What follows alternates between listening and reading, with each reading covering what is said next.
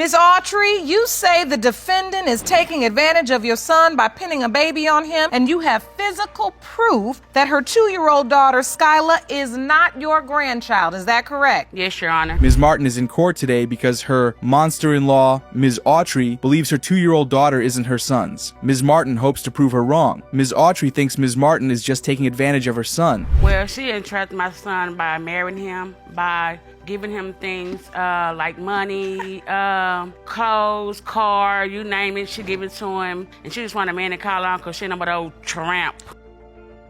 Ms. Autry's got quite an attitude. It's not every day you hear of a woman being accused of taking advantage of a man by getting him nice things. Some might see that as love, others as gold digging, but not Ms. Autry. To her, Ms. Martin's kindness is just a tactic to take advantage of him because she's after a man of her own. Ms. Autry must think very highly of her son.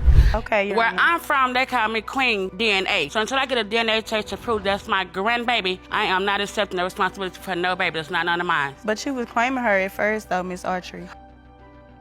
Grandma's ready to fight, and we doubt she'll have a calm moment throughout the case. She says they call her Queen DNA, where she's from, because she'd always run a test on any child thrown at her son. Okay, Queen, we hear you. Maybe she doesn't think that highly of her son after all, since she admitted he didn't have a job and couldn't have possibly been taking care of Ms. Martin the way she's been taking care of him. That's your yes, your husband. My husband. So he's still your husband. Get married Yes, to ma'am. you. Yes, Your Honor. But I got Okay. a phone call job getting married down the street from my house, so I was on my way walking down there to start the marriage to my friend. That's where I was going. I told her to go start the She wedding. tried to stop When I the got wedding, dropped Your off Honor. down She tried there, to stop they the moved you wedding. way too close so you can get married to him. Whew, that laugh was just what we needed to ease the tension in the room. What on earth is Ms. Autry going on about? This woman is seriously upset about her son's relationship with Ms. Martin. What could Ms. Martin have done to make her mother-in-law hate her so much? Aren't you curious to find out? So I got out of my bed and I started walking down the street to where she was getting married at. A friend seen me walking and she offered me a ride. How did you find out she was getting married? Someone called me and told me. Your son didn't tell you? No. No, he didn't tell me. This is some wild stuff. Ms. Autry was so against their relationship that she tried to stop the wedding. The monster-in-law picture is getting clearer. Imagine having to switch wedding locations just to avoid your mom crashing it. Did the guests move too? This story would make for one interesting rom-com, don't you think? I told her that's not my grandbaby. Stop trying to have the baby early. She didn't come and I want a to see DNA about test. me. I wasn't in labor. I was actually in pain. It was false labor. She Okay, came it was up false there. labor. So you came Yes, up there and you told her this is not my grandchild. And what else did you say? I told her, the lady at the desk came in and told me I can't be there talking to her like that. We keep uncovering more reasons why Ms. Martin calls Ms. Autry a monster. The older woman even went to the hospital where Ms. Martin was admitted just to cause a scene again. From the moment Ms. Martin announced her pregnancy, Ms. Autry didn't believe it. So she went to the hospital to make sure everyone knew the baby wasn't her grandchild. You said that's not my grandchild instantly. Yes, she don't have the toes like my son. Yes, His she toes does. cross. Yes, she His big does. toe is here, and his this toe next They to big toe, overlap. it crawls over like that. And I have proof, Your Honor, that that is not his baby because her toes don't do that. Yes, they do, and she Your don't have Honor. the thick eyebrows that me and my son and my daughter have. This is too funny. Ms. Autry has a problem with the baby's toes? Seriously. How is that proof of paternity? This woman claims to be Queen DNA, but is it these bizarre toe-crossing, full eyebrows investigations that earned her that title? Comparing a child's toes to her son's is just overboard. Who knew toe similarity was a paternity test criterion? You really have doubt. I really She doesn't have care that. for me. Okay. If that's my grandbaby, I That's would what the take her problem is. and love her the way I do the other 6 You that don't I do, have. you don't do the other baby like that I have. She's taken your crown, Judge. Ms. Autry is the new Queen DNA. Apparently, Ms. Martin has other kids, and Ms. Autry has no issue with them because she already did DNA tests and confirmed they were her sons. But it's a bit strange, isn't it? Why is Ms. Autry this obsessed with her son's personal life? Why is she the one conducting DNA tests on all his children and not him? She is my brother baby. I was there when she was born. That's my baby. And you have a very close bond with her. Yes, ma'am. Every week. She love babies. That's my brother baby. I mean, if your daughter is bonded with her and your son said that's his daughter, what is your problem? Because you told him it wasn't none of his.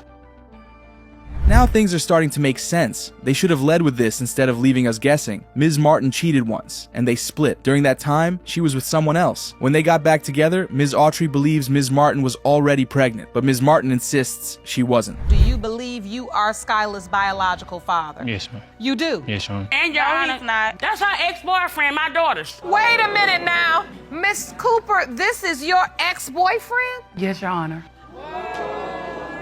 That was a mistake, Your Honor.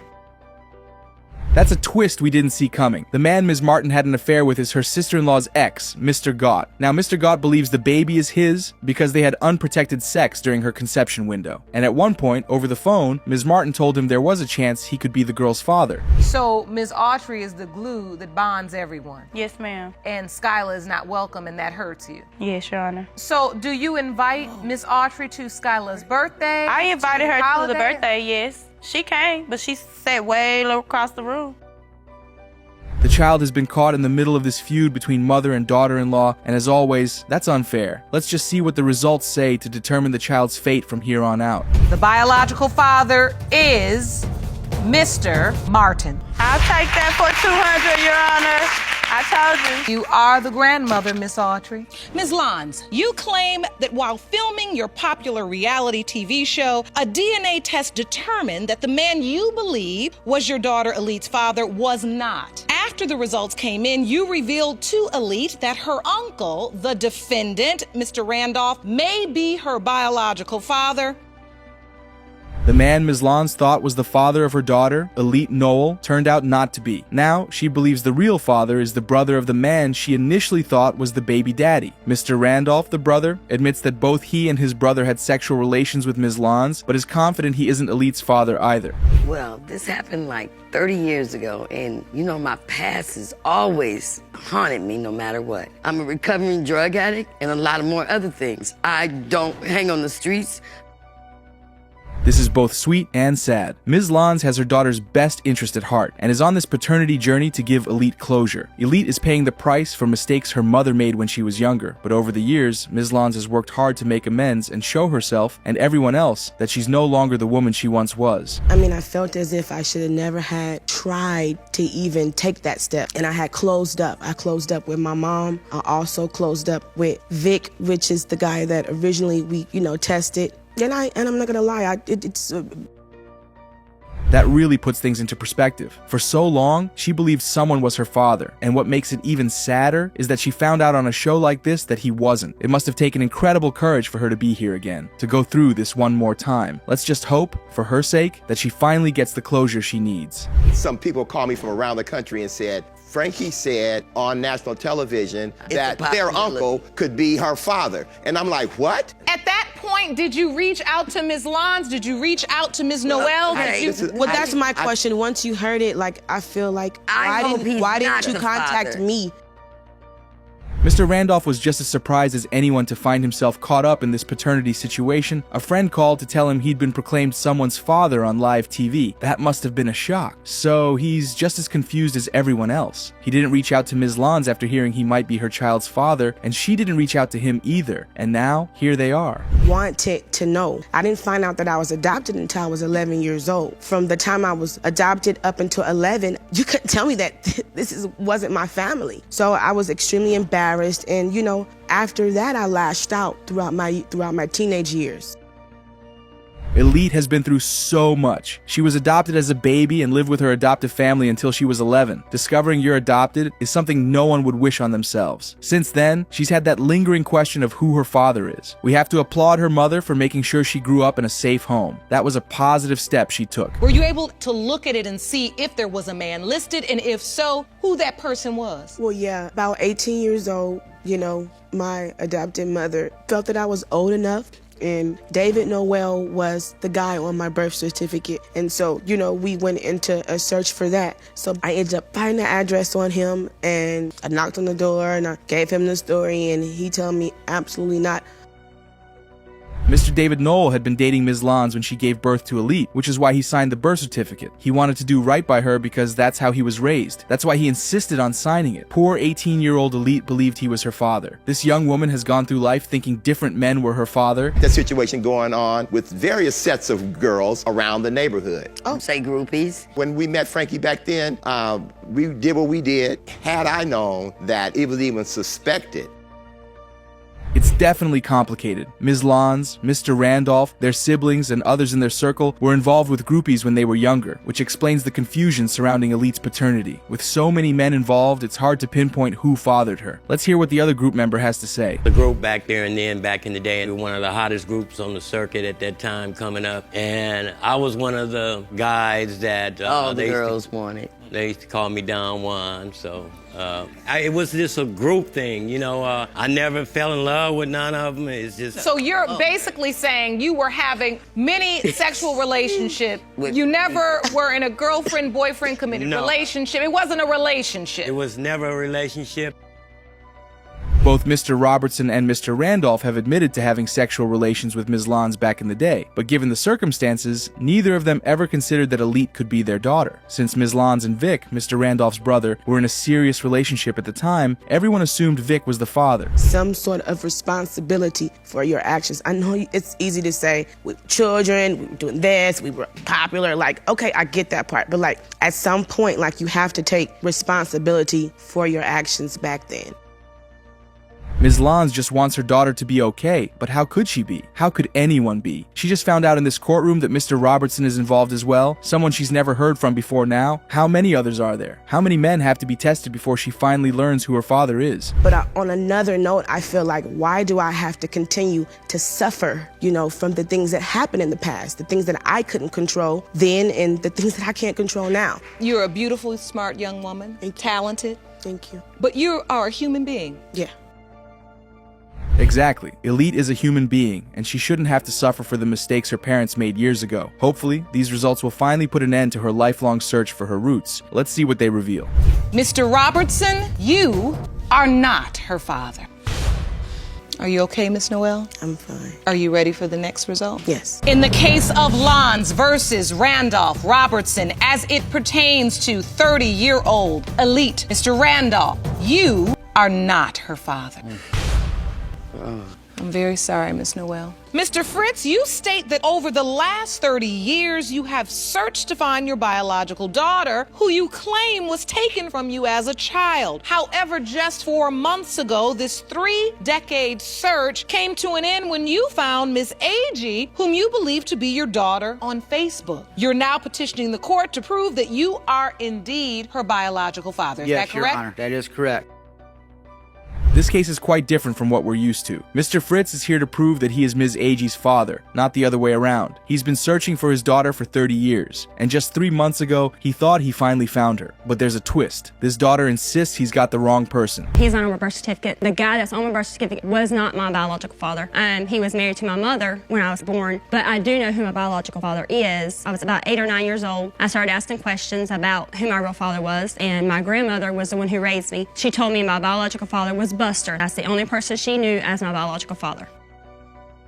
Ms. Agee grew up with her grandmother, and at 9 years old, she was told who her father was. Then, 2 years later, a man named Buster showed up, introducing himself as her dad. They spent some time together, and he seemed thrilled to have a daughter, but that was the last time she ever saw him. Despite this, Ms. Agee still believes Buster is her biological father, not Mr. Fritz. You say you're my dad, but if you're my dad, then you would have come looking for me. You say you come looking for me, but obviously you didn't come looking for me because I live in Thomasville, a little town that you can find me. You found me when I was already married under my married name. You didn't find me under my maiden name. My maiden name, you couldn't find me. I live in a small town. I can go in the middle of the town and scream out Danny Fritz. Ms. Agee is deeply hurt that Buster, the man she insists is her father, was absent from her life. When she had kids, she searched for him again because she wanted him to be part of his grandchildren's lives, but she never found him. Mr. Fritz claims that's because Buster isn't her real dad. But Mr. Fritz, for 30 years, where have you been? Sentenced and incarcerated, and when I was being moved from one camp to another, I met a friend of mine. I said, hey man, when you get back in town, would you run by and let Angel's family know that I've been transferred and where I was going to come see me. After 3 months, I escaped from the penitentiary to go see my daughter, and at 2 months old, I went and seen my daughter.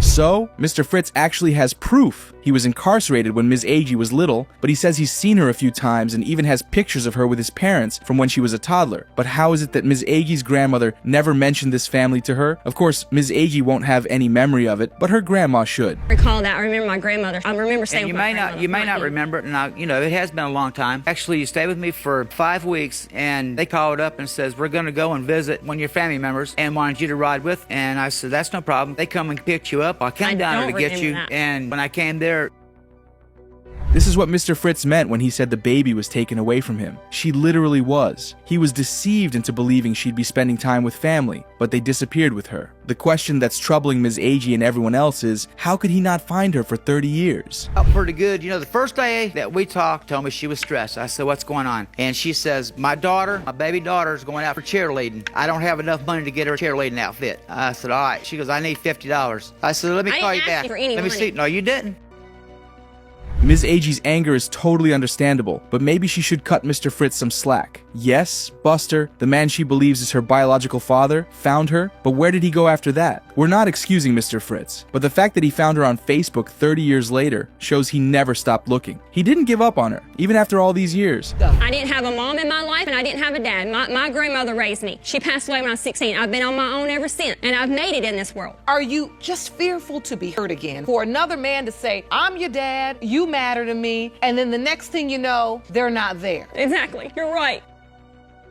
Aw, this is really sweet. You can tell Mr. Fritz truly cares for his daughter, and both of them have been deeply hurt by the separation. Mr. Fritz has spent 30 years searching for her, while Ms. Agee had to grow up alone after her grandmother's death, believing that Buster, the man she thought was her father, had abandoned her. She's just trying to protect herself from reliving that pain with Mr. Fritz. Passion towards Ms. Agee it's remarkable, it's refreshing, and I have to say, whether you are or you are not her biological father, I can see that this relationship means everything to you. It does, Your Honor. Do you have any other children? No, ma'am.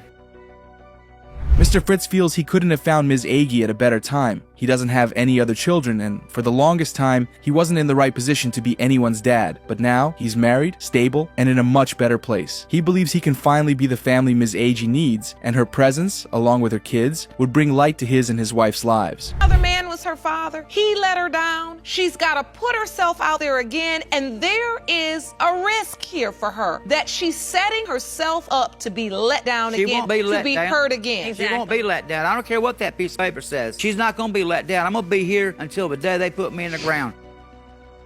Regardless of what the results say, Mr. Fritz is ready to be there for Ms. Agee until his dying breath. She's the daughter he's been searching for, the one he spent time with when she was little. So, whether the test results are positive or negative, she remains his daughter, and his love for her won't change. But for Ms. Agee, things aren't as simple. I hear you say, I didn't have a father, and I want my children to have the knowledge of who their grandfather is and the love. Both of those things are kind of on opposite sides of a coin. And I understand that you're conflicted. So I have to ask you, do you want me to read you these results?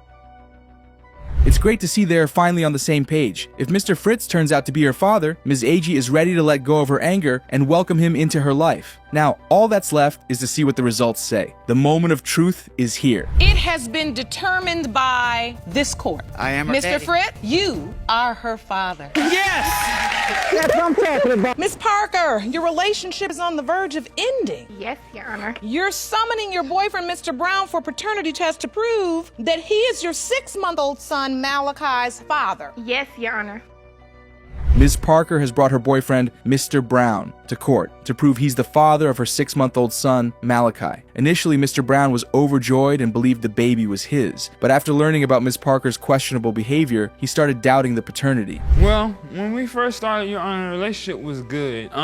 We loved each other very much. Then later on, she just started doing things. I remember one time later on in the relationship, I called her. I couldn't get in contact with her. Ms. Parker and Mr. Brown were once a happy, lovey-dovey couple, but one day, Ms. Parker vanished without a trace, leaving Mr. Brown frantic with worry. According to Ms. Parker, she felt choked up in the relationship and needed some space. There's got to be more to this story. Let's find out why. So you didn't know where you just didn't know where she was. You wanted to know where. Just as a precaution, just in case something happened. Did you trust her at that time? Yeah. I mean, I trust her, but it's just. Your Honor, I feel like so. If you're in a relationship with somebody and was it a committed relationship? Yes. Ms. Parker claims Mr. Brown was possessive, wanting her all to himself. She felt stifled. No friends, no outings, nothing beyond their relationship, so she left without a word. That's definitely not the healthiest way to handle things, especially with her boyfriend frantically calling everyone, trying to find her. You find out you're pregnant, you take a test, he says, that's from the dollar store, I want something that I can feel like I can hang my hat on. So you go to the hospital, you have a test, it is confirmed you're pregnant. Correct. And Mr. Brown, when she told you she was in fact pregnant, after she went to the doctor, were you happy about it? I was happy. Mr. Brown was happy when he confirmed Ms. Parker was pregnant and supported her during the pregnancy, but when the baby was born, he didn't sign the birth certificate. He says he had a 50% doubt that the baby was his. Signed the birth certificate because you knew you had a doubt. Yes. What was that doubt based on? The dates, they're not adding up. You said the dates are not adding up? What about the date didn't add up? Well, like she said, she got pregnant during June. The baby was born in January.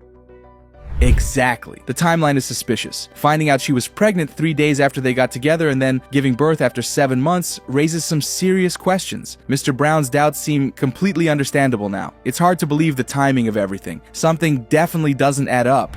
Because I had heart problems and I have high blood pressure, Your Honor, and I have evidence right here if you want to see, because my baby, he was small. Will you hand that to me, please?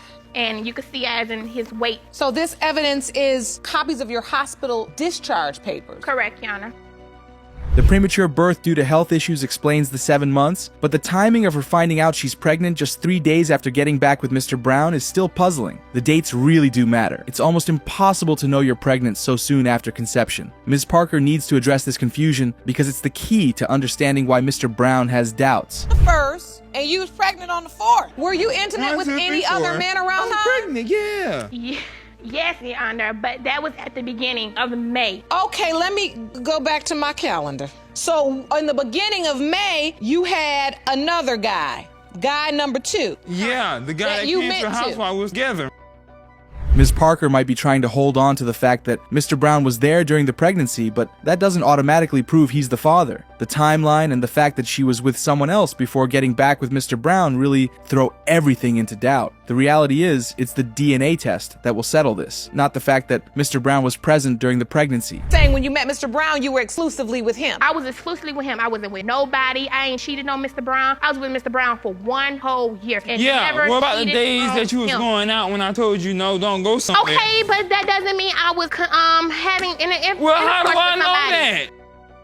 When there's no trust in a relationship, what's the point? Mrs. Parker says she's been faithful to Mr. Brown since they reunited, but he doesn't believe her. Whenever she's out, he thinks she's with another man. That's a terrible relationship dynamic. Terrible. Blind man can see that. That's his child. I mean, look at the baby and look at him. I mean, it's just crazy. Like, I don't even know why we're here today. Yeah, why are you here? Why are you here? I mean, obviously, you know that's your baby. Hairline. My hairline is straight. It's like an arrow. Mr. Parker is here to defend his sister. He points out the resemblance between Malachi and Mr. Brown, and to be honest, they do look quite alike. But if there's anything we've learned from paternity court, it's that you should never go by looks. Mr. Parker just thinks Mr. Brown is insecure and trying to avoid his responsibilities. Explain. Because he's insecure. He always claiming that I'm cheating. I'm always out with why you always guy. running away? I'm talking. He always claiming that I'm with another guy when I'm not. When I'm with my friends. But when you run off and then just leave the baby at home with your parents and be gone for a day and just don't tell me where you're going? Ms. Parker seems to be feeding Mr. Brown's insecurities. Her brother says he's never seen her with anyone else other than Mr. Brown, but she keeps disappearing and reappearing, leaving Mr. Brown to wonder where she's been. When you leave the baby with your parents and vanish for a day, what do you expect the young man to think? Security. If you just tell me where you're going, then I wouldn't have no I reason always of tell cheating. him, Your Honor, when I come back. How come you? Oh, when I you come back, him. not when you're going. It's a difference in coming back and going. No, it's not. Mr. Brown, I gotta ask you an obvious question. If you haven't been able to trust this woman, The courtroom seems to be leaning towards Mr. Brown's side on this one. Both he and Ms. Parker have gotten emotional because it's clear they still love each other. This baby drama is what's straining the relationship. It's only right that we find out the results now, and hopefully they get the clarity they need to move on. Let's see what the results say. Mr. Brown, you are not Malachi's father. Mrs. Parker is in court today for two reasons: to prove that Mr. Morton is the father of her child, and to sue him for $2,047 in back child expenses. However, Mr. Morton doubts the timeline of her pregnancy and is determined to prove her wrong. Let's see how this unfolds. Ms. Parker, in your suit, you claim Mr. Morton fathered your 7-month-old son, Aaron, while in a relationship with his current girlfriend. Yes, Your Honor. You say the only reason he denies paternity is because his girlfriend turned him against you. What in the 50 shades is this? Ms. Parker and Mr. Morton share a 5-year-old son, and Ms. Parker claims this gives her the right to have sex with Mr. Morton whenever she wants. To make things even more complicated, Mr. Morton has a girlfriend, but Ms. Parker doesn't mind because she's involved in a sexual relationship with both of them. Sex with Mr. Morton if he has a girlfriend. First of all, Your Honor, that's my big father. Anytime I want to have sex with him, I'm going to have sex with him. You understand? Like, I was vulnerable. He called me. So, you know, we did what we did. So, hold on. It's definitely confusing. The key point is that all three, Ms. Parker, Mr. Morton, and Ms. Lemon, were involved in a consensual sexual relationship at some stage. However, Ms. Parker makes it sound like she had separate relationships with both Mr. Morton and Ms. Lemon, implying she could be with either of them whenever she wanted. It's like both of them at her beck and call. Could not be my child because the timing is not right at all. I'm not tripping off of that. I know that that's my son's father. I know. He looks exactly like my other son. And so you're doubtful, Mr. Morton, because you say there's a timing issue. The major reason for Mr. Morton's doubt is the dates. They don't add up. They were intimate in May, and she gave birth in December. That's 7 months. But Ms. Parker insists she had unprotected sex with nobody else during that time frame. So who's lying and who's telling the truth? That's a lie. She clocked it. We down. Yep, I'm clocking it. You just can't like you clock clock it, mine. though, I baby. can. You can't. We You downtown. can't clock The it. guy walks up to her. They talking and everything, and he swears up and down Earn is his. She had to keep reminding him that it's not yours, boo. It's not yours. These women would beat each other up if they could. Where's all the anger coming from? Why are they overlooking the man in the middle? Ms. Lemon is trying to point out that Ms. Parker had been with other people, and there are other potential men who could be her baby daddy. Ms. Parker isn't denying being with other people. Her only defense is that she didn't have unprotected sex with them. Explain what my understanding is so you can correct me. Okay. I was pregnant by my boyfriend, Right. yes, but I had a miscarriage. Exactly. Subsequently, I got back in a sexual relationship with Mr. Morton, had unprotected sex, and I was pregnant again. Yes, Your Honor. Ms. Parker had gotten pregnant by her ex but miscarried. Then, she got back with Mr. Morton and got pregnant by him. She'd been given the wrong due date initially, but when it was adjusted, she told Mr. Morton about it. She seems to be telling the truth, but we can never say for sure. People do lie on paternity court. What she had told me. You still had doubts. Did you participate? You have a child with her already. Did you Yes. participate in the birth? Were you there through the pregnancy? I didn't go to none of the appointments. I ain't show up to none of the doctor's appointments, but I was there when she had it. He's talking about Earn. I have a picture of... Despite everything, Mr. Morton still doesn't believe baby Aaron is his. He didn't sign the birth certificate, but interestingly, he's been involved in the baby's life and has been posting pictures with him on Facebook. Choose your fight, Mr. Morton. Do you think you're the baby's father or not? Baby Aaron, from your Facebook page, Mr. Morton, it says my son's hands are always in the air. Yeah. You wrote that. Yeah. I gave this man his first child. I know this. Ms. Parker says Mr. Morton loves children. He loves their first child together. He even takes care of other people's children, and that's why she needs him to take care of baby Aaron, which she claims is his too. She's calculated the bills she spent on the baby and needs a refund if the DNA results prove he is the father. Feel me? I mean, well, what's the point of you He's knocking good. what we have? He's good. He's good. Ebony. I'm knocking Your it Honor, because of the Your fact Honor, that this is the reason Your why Honor, my son I never. is being First of all, denied. this is out of character for me. I have never. This case is a lot more complicated than we think. There's so much backstory with their families because apparently Mr. Morton's family supports Miss Parker and not Ms. Lemon. Then there's the relationship between these two women. But there's no time to unravel all of that. Let's find out what the results say. Mr. Morton are Aaron's father. Thank you. I told you, like, I'm not no... Ms. Parker, you came to court with a suit in the amount of $2,047. Mr. Morton is, in fact, Ms. Humphries is in court today with claims that Mr. Mosley fathered her son, Tyler, while he was on a break with his partner. But Mr. Mosley insists Tyler is Ms. Humphries' ex's son and that she's got the wrong guy up here today. Ms. Humphries, you are in court to prove that Mr. Mosley fathered your 2-month-old son, Tyler, while he was separated from the mother of his children. Mr. Mosley, you say she's going after the wrong man. Mr. Mosley is scared because his relationship with his fiancée is on the line. He does admit to having sex with Ms. Humphries, but insists it wasn't within her conception window. Ms. Humphries objects to this. She says she had been sleeping with 2 men at the time. While the other guy could be Tyler's dad, she believes it's Mr. Mosley because she had been more involved with him. Ms. Robinson been together for a minute, had rocky ups and downs in our relationship. If this is our child, then, you know, she gonna leave me, and I don't want her to leave me. Were you in a sexual relationship with Ms. Humphries? Yes, I was.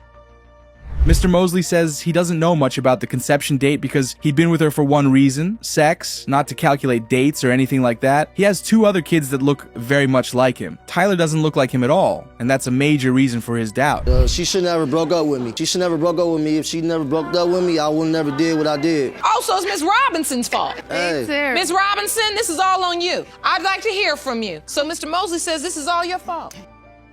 What a ridiculous thing for Mr. Mosley to say. He blames Ms. Robinson, claiming that if she hadn't broken up with him, he wouldn't be in this situation. But seriously, she wasn't the one sleeping with Ms. Humphries. None of this is her fault. The poor woman was completely unaware of the whole situation until Ms. Humphries reached out to her. Did not. I wouldn't be sitting up here saying. Wait a minute, Ms. Humphries. You said she knew about your relationship? Yes, she did. It's on Facebook. She blocked me on Facebook. Like, she plays both men. That's what she's doing. Okay. Going around saying someone is your child's father, then turning around the next day and saying he isn't, is rather contradictory, ma'am. You can't do that and expect people not to hold it against you. Ms. Robinson is now part of this, whether anyone likes it or not, and obviously she'd prefer if Tyler isn't her fiancé's son. What is the nature of your relationship with Mr. Mosley now?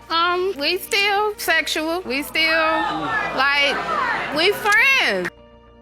Oh my goodness. Mr. Mosley just gave the court every reason to believe he's a terrible person. He came here all solemn, claiming he didn't want his fiancée to leave him, and that he'd been with Ms. Humphries during their break. But it turns out he's still in a sexual relationship with Ms. Humphries, despite being back together with his fiancée, and despite the whole paternity drama. I love Tamika, alright, okay? I'm not in love with her, but I do love her, okay? I used to be in love with her, but I kind of drifted off, you know what I'm saying? You know, I never had a father in my life to actually teach me certain things.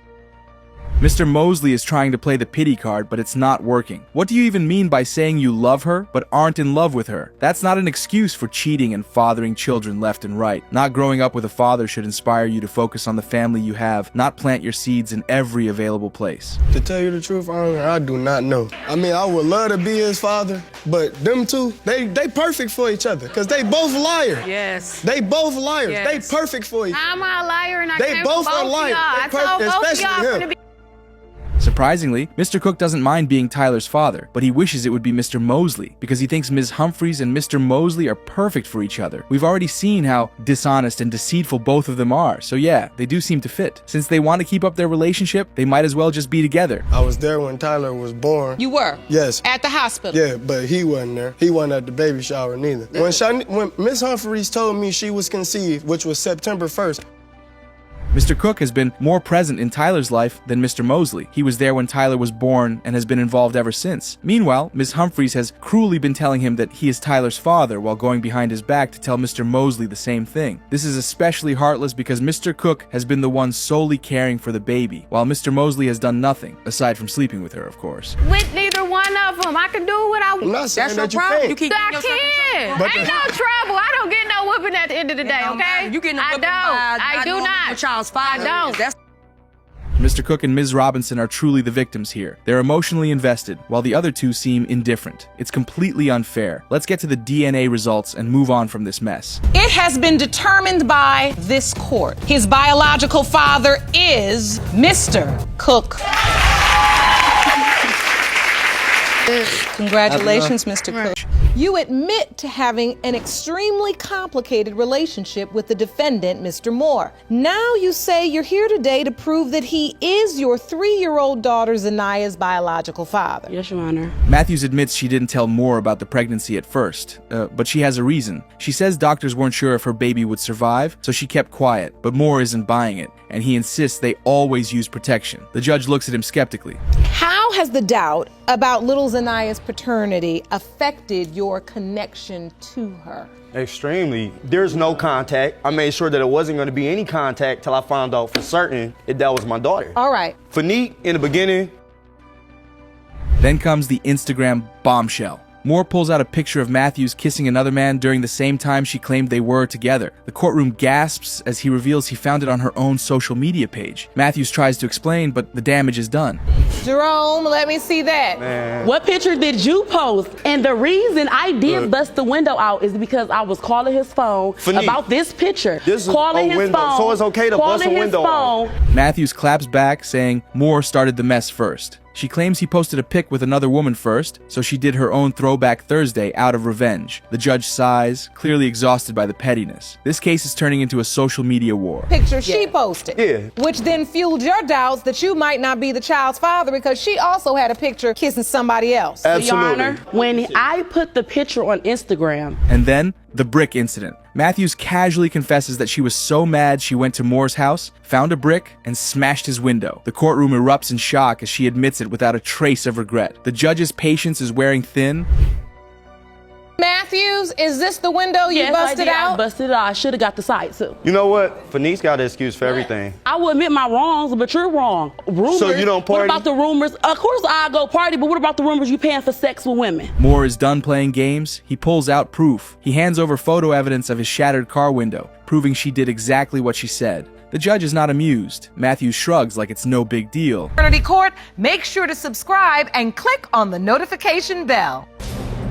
Please stand. Hi, Your Honor. Hello, step up to the podium. Your name is? Miss Thomas. Miss Thomas, why do you have doubt? And just when it couldn't get worse, Moore's niece enters the courtroom. She claims Matthews is known in the neighborhood for telling multiple men they might be her baby's father. Matthews is fuming, but the audience is eating this up. The judge looks like she's about to walk out. With some dude that looks exactly like my uncle. And I seen her previous times in the neighborhood with this dude that looks exactly like my uncle. So I called my uncle up and I'm like, Mrs. Matthews is here with...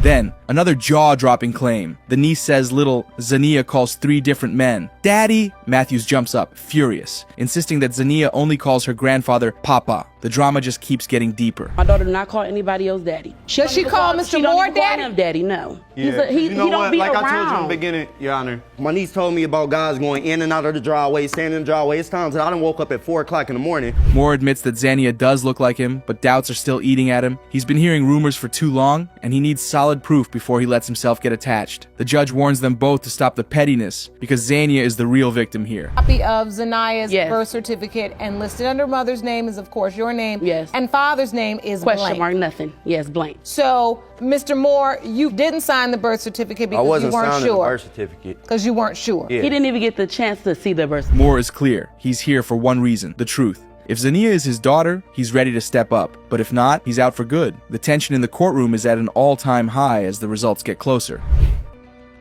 Truthfully, is there any reason? No, I go to work 7 days a week. I don't have no break. I got to pay for a babysitter every time I go to work. I don't never have no me time. And for them to be saying all that stuff, my daughter be dirty, all that, that's impossible. And now, the moment of truth. The judge opens the envelope slowly, letting the tension build. Matthews looks nervous, Moore looks confident, and the audience leans in, waiting for the verdict. Mr. Moore, you are not her father.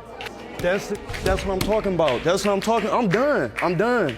Ms. Davis is on a mission to prove that Mr. Gilbert is the father of her 7-month-old son, Corey. But Gilbert isn't convinced. He swears his meddling family planted doubts in his head. And just when you think this is a regular paternity case, his loud-mouthed sister crashes in, throwing some serious shade. The case begins like this. Ms. Davis, you say that you are convinced beyond a shadow of a doubt Mr. Gilbert is your son, Corey's father. You feel the only reason Mr. Gilbert is denying paternity is because he has been... Ms. Davis says this isn't any random pregnancy. This baby was planned. She claims Gilbert was begging for a baby, and now he's acting like he was tricked into it. Gilbert stutters. He can't deny the truth. But then he says something that has the judge rolling her eyes. He doesn't trust her fast friends. Father of my son. You were in a relationship? Yes, ma'am. Tell me about the relationship. We met in my old neighborhood. It was like love at first sight. We was friends first when we was in love. I didn't want to get pregnant, but he wanted a child. The courtroom erupts when Ms. Davis drops the bombshell. She met Gilbert's whole family. They were cool with her, she says, until she got pregnant. That's when they turned against her, like she was a villain in a soap opera. His sister jumps in, snapping her fingers. She swears she has proof that Davis was pregnant before she even met Gilbert. So I don't understand how this beautiful relationship went wrong to the point where now this 7-month-old baby's paternity. When he met me, he knew that I was friends with them when he met me. He been knew about them. How long were you together before you got pregnant? 4 months. 4 months? Y'all acting like y'all was together for 4 years. 4 months! And then Gilbert's sister brings out the big guns. Threesomes. Yes, you read that right. She swears Davis was getting busy with multiple men before she got with Gilbert. The audience collectively gasps. Davis explodes. She says this is straight up slander and she demands proof. Gilbert sits back, eyes darting. He is not ready for this chaos. He tests for me. He told me I was pregnant before I knew. You remember this day, Mr. Gilbert? Yes, ma'am. And you go get the pregnancy test. Yes, ma'am. You take the test and what happened? It came up positive. And you found out you're pregnant? Yes, ma'am. At that moment, did he express any doubt? No. Mr. Gilbert, did you have any doubt? No, ma'am. And so now I'm looking at this photo. The room is on fire, and then Gilbert's emotions hit hard. He breaks down, sobbing like a scene from a dramatic movie. The judge pulls up a picture of him kissing Davis's pregnant belly, and he loses it. The courtroom softens for a second until his sister ruins the moment with another messy comment. That she was pregnant before she started messing with my brother. And my brother, if he could have kids, he'd have 6 of them. He hasn't had any. And that's why we're in denial, because my brother, he's sick and he haven't conceived any kids. The baby don't look like anybody in our family. He doesn't look like us. Gilbert finally speaks up. He was there the whole pregnancy. He took her to the doctor, bought the pregnancy test, and did everything a supportive dad should do. The judge leans in. So why are you doubting her now? Gilbert gulps. He turns his head toward his sister, looking really guilty. Every girl, but the ones I guess he was trying to get other women pregnant, but it never happened. But I was the one that happened to. That's basically what she's saying. Okay. They was pregnant So, wait, Miss Jones. Well, what reason would she have to claim that your brother... And then the sister drops another bomb. Corey doesn't look like Gilbert. Davis is ready. She pulls out photo evidence of baby Corey side by side with Gilbert as a child. The audience leans forward. The judge raises an eyebrow. The resemblance is undeniable. Gilbert starts blinking real fast. He knows that baby looks like him. Via this baby, she did it, then your family sees the baby and tells you this is not your child. If you want more episodes of Paternity Court, make sure to subscribe and click on the notification bell. Just when we think it can't get crazier, boom. Gilbert's sister accuses Ms. Davis of being pregnant again by another man. The room explodes. Davis looks like she just got hit with a WWE finishing move. She calls it a straight up lie, but Gilbert looks shaken. Is this real? So now you even doubt. But you slept with me though. You planned to tell with me. You felt that way. Why you was with me for? Why you was with me for? But you still can't mess with me. Listen, one at a time. Okay, but you made me have your baby. Love you, so what you saying? The judge is over it. Ms. Davis, are you pregnant or not? Davis swears if she were, it would be Gilbert's. The sister keeps yapping about how she heard things, but the judge isn't buying it. The drama is too much. The audience is loving it. Yourself, so I want you to just I got doubts within you. Just read the results, because they're gonna tell it all anyway. Thank you, Drew. Describe to the court what this shows. How they look just alike. So this is a picture of Corey. Baby Corey. And his dad. Gilbert finally speaks. He and Davis have been trying for another baby. The judge is done. She gives them a life lesson. Babies aren't cupcakes. You don't just bake another batch for fun. The audience bursts out laughing. But the message is clear. You all need to get it together. In light of what you've heard about her. And didn't she try to get a DNA test on one of her? Yes. So, Ms. Davis, how has his relationship changed with baby Corey since all of this doubt came into the picture? He still be there for him. He's still there? Take care of him. He be there for him. But you know he has the doubt. It's time for the truth. Paternity test results are in. The courtroom falls dead silent. Davis wipes her sweaty palms. Gilbert stares at the envelope, and his sister crosses her arms like she already knows the answer. The judge slowly opens the letter. This is the moment.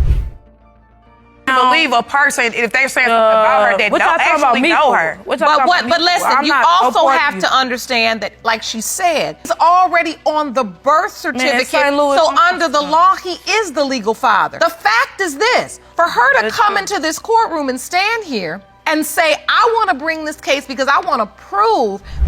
Here we go again. These two women just can't be in the same place without wanting to rip out their throats. Oh well, since nobody wants to own up to the child, let's bring in the results. Mr. Gilbert, you are the father. It sounds crazy, but what would you do if you saw a girl wearing tight pants? Would you slide into her bed by selling dreams of wedding bells, as the man did in this case? Mr. Wiggins rolled up in court, seeking Judge Lake's help to get back his family. Mr. Wiggins, you are here in court to prove that you are not the father of Ms. Davis's child, Aubrey Wiggins, and say today's results will change your life. Is that correct? Yes, Your Honor. Wow, a brief separation gave him the pass to sleep with another woman. It turned out that in no time, he was up to jiggery-pokery with Ms. Davis, yet he wanted to free himself from accusations of being a father to a baby girl. No. But you didn't use We was protection. together for almost 2 years and a half. We was never together. Almost 2.5 years? Yes, sir. Yes, I was ma'am. married, Your Honor. I mean, Yeah, married, but it just, it kind of went longer than it should have. But your hope is that if you can prove that Aubrey is not your biological child, that you can convince your ex-wife, which is, the woman, I guess she left because of this situation? Yes, ma'am. Further, the defendant claimed that they had been in a committed relationship for 2 years. The man admitted to manipulating and lying to this young lady for his gain, yet blaming her was the reason he lost track of his family. Oh my, what type of man is he? I knew I was in a relationship. You did? 2.5 We years were we not. was together. I was telling her what I felt I needed to tell her to ultimately get what I wanted. Obviously, in a short period. You might have gotten more than you bargained for, right? He did. He did. A child. The next Judge Lake hopped into the pregnancy. It slipped out that Mr. Wiggins' mistress wanted his wife out of his life because she expected to have her whole life with him. So he put on his deception hat and duped baby mama like this. Told people. And then I asked her to let me tell my wife. And of course, because she wanted my wife out of the picture, because she did want more. You're right. I wanted more because that's what you presented. And I was good to her. I mean, because ultimately I was trying to get something out of her. However, he asserted that Miss Davis approached his wife on Facebook and disrupted his married life. Oh man, are you out of your mind? I mean, he has no control over his desires, and yet has the defendant been inoculated for the havoc? That just makes no sense. Miss Davis told her she was pregnant and that she wasn't going anywhere. She inboxed her on Facebook, which caused a lot of havoc in my life. You wasn't going to be a man. Did it cause the havoc or did you cause the havoc? He did, right. Okay, so the next chronicles of Wiggins started. He claimed that the mommy had been busy with another man at the time she conceived the baby because he sent some text messages on her phone, so that's why he was denying paternity. We got into a bit of an altercation. I don't remember the exact details. And my family member seen her be picked up by another guy. That was my cousin. That she claims to be her cousin. To prove his sham show right, the alleged father brought an exhibit to the court. He alleged that Miss Davis had fabricated his name on the birth certificate, but how she forged his name was quite interesting. Duh! I'm no Einstein or anything, but I'm educated enough to know my own birth date. This is the birth certificate. Apparently she knew my name. This is the birth date that's listed on Aubrey's birth certificate. My birthday is November the 9th, 1990. The one this you wrote. Says 11/11/1990. And I you didn't wrote. write anything. Until now, it was apparent that Mr. Wiggins was a compulsive liar who made sham allegations about baby mama, and he was clowning just to defend himself. Further, it came out that they were still sleeping together, and it ticked Judge Lake, so she articulated the reality like this. Are you all still involved? No, we're not, Your Honor. No, we're not, Your Honor. At the same time, two different answers. Right. Exact same time. When was the last time you two were intimate? It's been a while. Last night. No. Yeah, Judge Lake was right. He was playing on both sides of the fence, yet he contended that he wanted to get back his family. However, their back and forth did not help and made things more complicated, so the last hope to get closure was to reveal the DNA results. Mr. Wiggins, you are the father. Miss Davis, what are you feeling? I've been going through this for a long time, between him and... In this case, the plaintiff, Mr. Calhoun, claimed that his girlfriend, Ms. Prout, tricked him into believing he was the father of her child. After finding evidence that she had been sleeping with other men, he claimed that the DNA results would show that he was not the father. Mr. Calhoun, you say the defendant tried to trick you into believing you are her daughter Amaya's biological father. But after uncovering evidence that she slept with other men, you are positive the DNA will prove you are not. Is that correct? Yes, Your Honor. It seems that Mr. Calhoun was not ready to have a romantic relationship with the defendant. Even after he made it clear he did not want a relationship, they continued to kick it in bed. And after some time, Ms. Prout found out she was pregnant. You still continued to have sex with him after he made it clear he didn't want to be in a relationship? Correct, Your Honor, I did. And at some point you found out you were pregnant? Yes, ma'am. Me and a family member of his, we went to the store. I bought a pregnancy test. Went back to his house, took the test. It was positive. The lines were fainted. The next day, I told him and showed him the test, but we were both in disbelief. That's not true, Your Honor. We were both in disbelief, Your Honor, that I was pregnant. Wow, Mr. Calhoun really didn't want anything serious with Ms. Prout. Blocking her on all social media is just very extreme. Mr. Calhoun told the judge that he believed she had taken fertility pills to get pregnant, just because she wanted to be with him. I blocked her on all social media and everything, because I thought she was crazy. She called me and said that she had took fertility medicine to get pregnant by me, and she got exactly what she wanted out of me. That's a bunch of bull. Oh, did you say that, Ms. Prout? No, Your Honor, that was not what was said. I mean, they were not using protection while kicking it in bed, so why doesn't she believe she is pregnant? Now, Ms. Prout had her calendar showing the window of conception, which placed Mr. Calhoun as the father of the baby. When asked if he agreed with the dates, he said this. When you look at that window of conception, Mr. Calhoun, do you have any issue Yes, ma'am. with the dates? Yes, Your Honor. You don't believe you were intimate on there's July no issue with the dates, but I'm saying I feel like I have reason to believe that she was intimate with other dudes besides me during those dates. Really? How do you have reason to believe that? I have reason to believe that after a conversation that me and Miss Prout had on the phone, she told me that she was having sex with a dude all the way up until the day. Now it all makes sense. Mr. Calhoun was not the only man she was sleeping with at the time. Funny enough, Ms. Prout did not deny messing with another man. She claimed that she did sleep with someone else, but cut ties with the person before the window of conception. I was having sex with someone, but this was way before these 2 weeks. It was 2 weeks prior I had stopped messing with somebody else because I knew I was going to run into him at the party. At the end of the day, he really denied my baby because he on child support. Period. Point. That's it. It has no. We've been back and forth. One minute I'm the daddy, I'm happy, whoop-de-whoop, blam. Then the next minute I'm not the daddy when you get hit with them papers. Now why would she lie about the hospital not being able to perform a DNA test? What could she possibly be hiding? Mr. Calhoun told the judge that even though he had signed the birth certificate, he still had doubts about the paternity. My doubts come from, I'm walking to the store. I get to the store, I run into 2 neighborhood partners that I knew growing up, and they're like, "You got a baby by Miss Prout?" And I'm like, "Yeah, supposedly. She says her little girl is mine." Oh boy, that has to sting. I wouldn't want to be in his shoes after hearing something like that. Now here's the crazy thing. He was not just talking. He had evidence to prove that what he was saying was true. Mr. Calhoun, why are you posting this pic if you said I was the father? From Kia, Miss Prout. You a dumb blank. You signed the birth certificate knowing you ain't the father, and then you changed her last name while I was still drugged up. I posted it, Your Honor. Yeah. You a dumb blank. After saying and posting that conversation on Facebook, I don't believe a word coming out of her mouth. Now, there was a witness in the courtroom, and she happened to be Ms. Prout's godsister. My godsister was having unprotected sex with another man.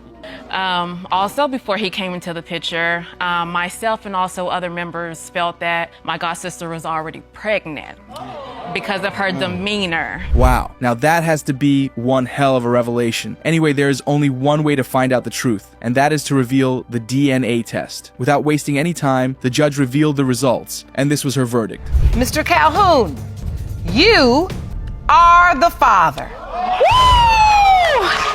Wow. Why are you so upset, Miss Prout?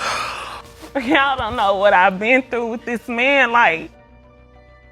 Ms. Marks McGee wants the defendant to step up and take responsibility for being a father to her child. But here's the catch. The defendant, Mr. Wright, says that she never told him about the baby until he was 3 weeks old, and he doubts he is the father of the child. The case starts off like this. Ms. Marks McGee, you say the defendant needs to step up and take responsibility for your 2-year-old son, Amari, because you know he is your son's biological father. Is that correct? Yes, Your Honor. Mr. Wright, you claim Ms. Marks McGee didn't even tell you about her baby until he was 3 weeks old, and you know you are not the father. Yes, Your Honor. Oh, so there's another guy in the picture. Well, that definition makes things interesting. Mr. Wright says that the only reason she's naming him as the father is because the other man she was messing in bed with wants nothing to do with her child. Pretty heavy accusation. Distract. In my mind, yes. But, you know, like I said, things went further than what they were supposed to When go. you say it went further, I started catching feelings for him. so it was supposed to be a rebound, then you start having feelings. For him, real feelings. Yes, ma'am. He was there for me. That explains why she caught feelings. What she wanted to be a rebound ended up being the perfect man for her. No wonder Mr. Wright is smirking like he won the lottery. Oh well, this is why you never use people to get over people. It never ends well. Did it start off as a rebound for you too, Mr. Wright, or you had feelings from the beginning?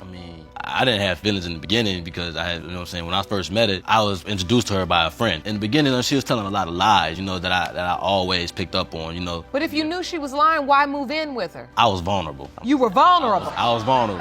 Now we're getting somewhere. It now makes sense when he said he was vulnerable. Mr. Wright tells the judge that he was at a point in his life where he needed somewhere to stay, and that's why he moved in with Ms. Marks McGee. He always says that she used to tell a lot of lies when he initially moved in. Me being in my position, hearing that constantly, what would you think? Well, I mean, at some point, I'm not gonna lie, Miss Marks McGee, you know, you heard the story of the boy that cried wolf. Yes, you ma'am. become the girl that cried pregnant. Right, but that wasn't the case. So what was the issue? You kept thinking you were pregnant, or No, you weren't? I thought I was pregnant one time. Whoa, whoa, whoa. Slow down, Ms. Marks McGee. She told him she was going to get rid of the baby and he ended up seeing pictures of her pregnant on Facebook? It finally makes sense. Guess we see why Mr. Wright said she told a lot of lies. Okay. Apparently, she started messing with somebody else, and that's who she tried to put the baby off on. Oh, in the beginning, she told someone else they were the child's father? In the beginning, I told Mr. Wright he was the father, but the someone else was the one that I was trying to get over by even starting anything with Mr. Wright. Looks like the new word we're going to be adding to our vocabulary is repregnant. Anyway, Ms. Marks McGee says that she stopped talking to Mr. Wright, and that's when her ex came back into the picture. Things are really getting interesting at this point. There's actually one incident I acted as if I was her, texting a friend. So you text. Girl, I was like, girl, this guy acting up. She says back, who? I text back, who do you think? I'm just waiting, just like, okay, what is she about to say? What is she about to say? A whole different name popped up. They should have Mr. Wright audition for a spy movie or something.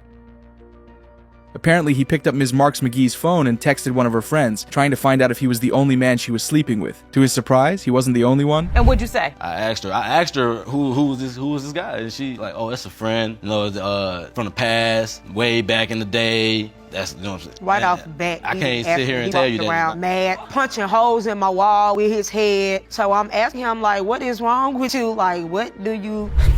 Man, is this a lot? Ms. Marks McGee sticks with her story and says that she believes Mr. Wright is the father of her child because they share features that she believes to be alike. If I'm being honest, she's the only one seeing those features because I don't see them. Even after he was born, you know, I tried to reconcile and, you know what I'm saying, try to be around. She would disappear all the time. Like, I couldn't find her. She won't answer the phone. She's never around. Like she says she's at work. They say she's never came in, but she'll leave with a full work uniform. No, there's never been a time that I have never went to work. Even she knows that's a lot of kids for her age. Well, the results are in, and I think it's time we help these guys settle their drama.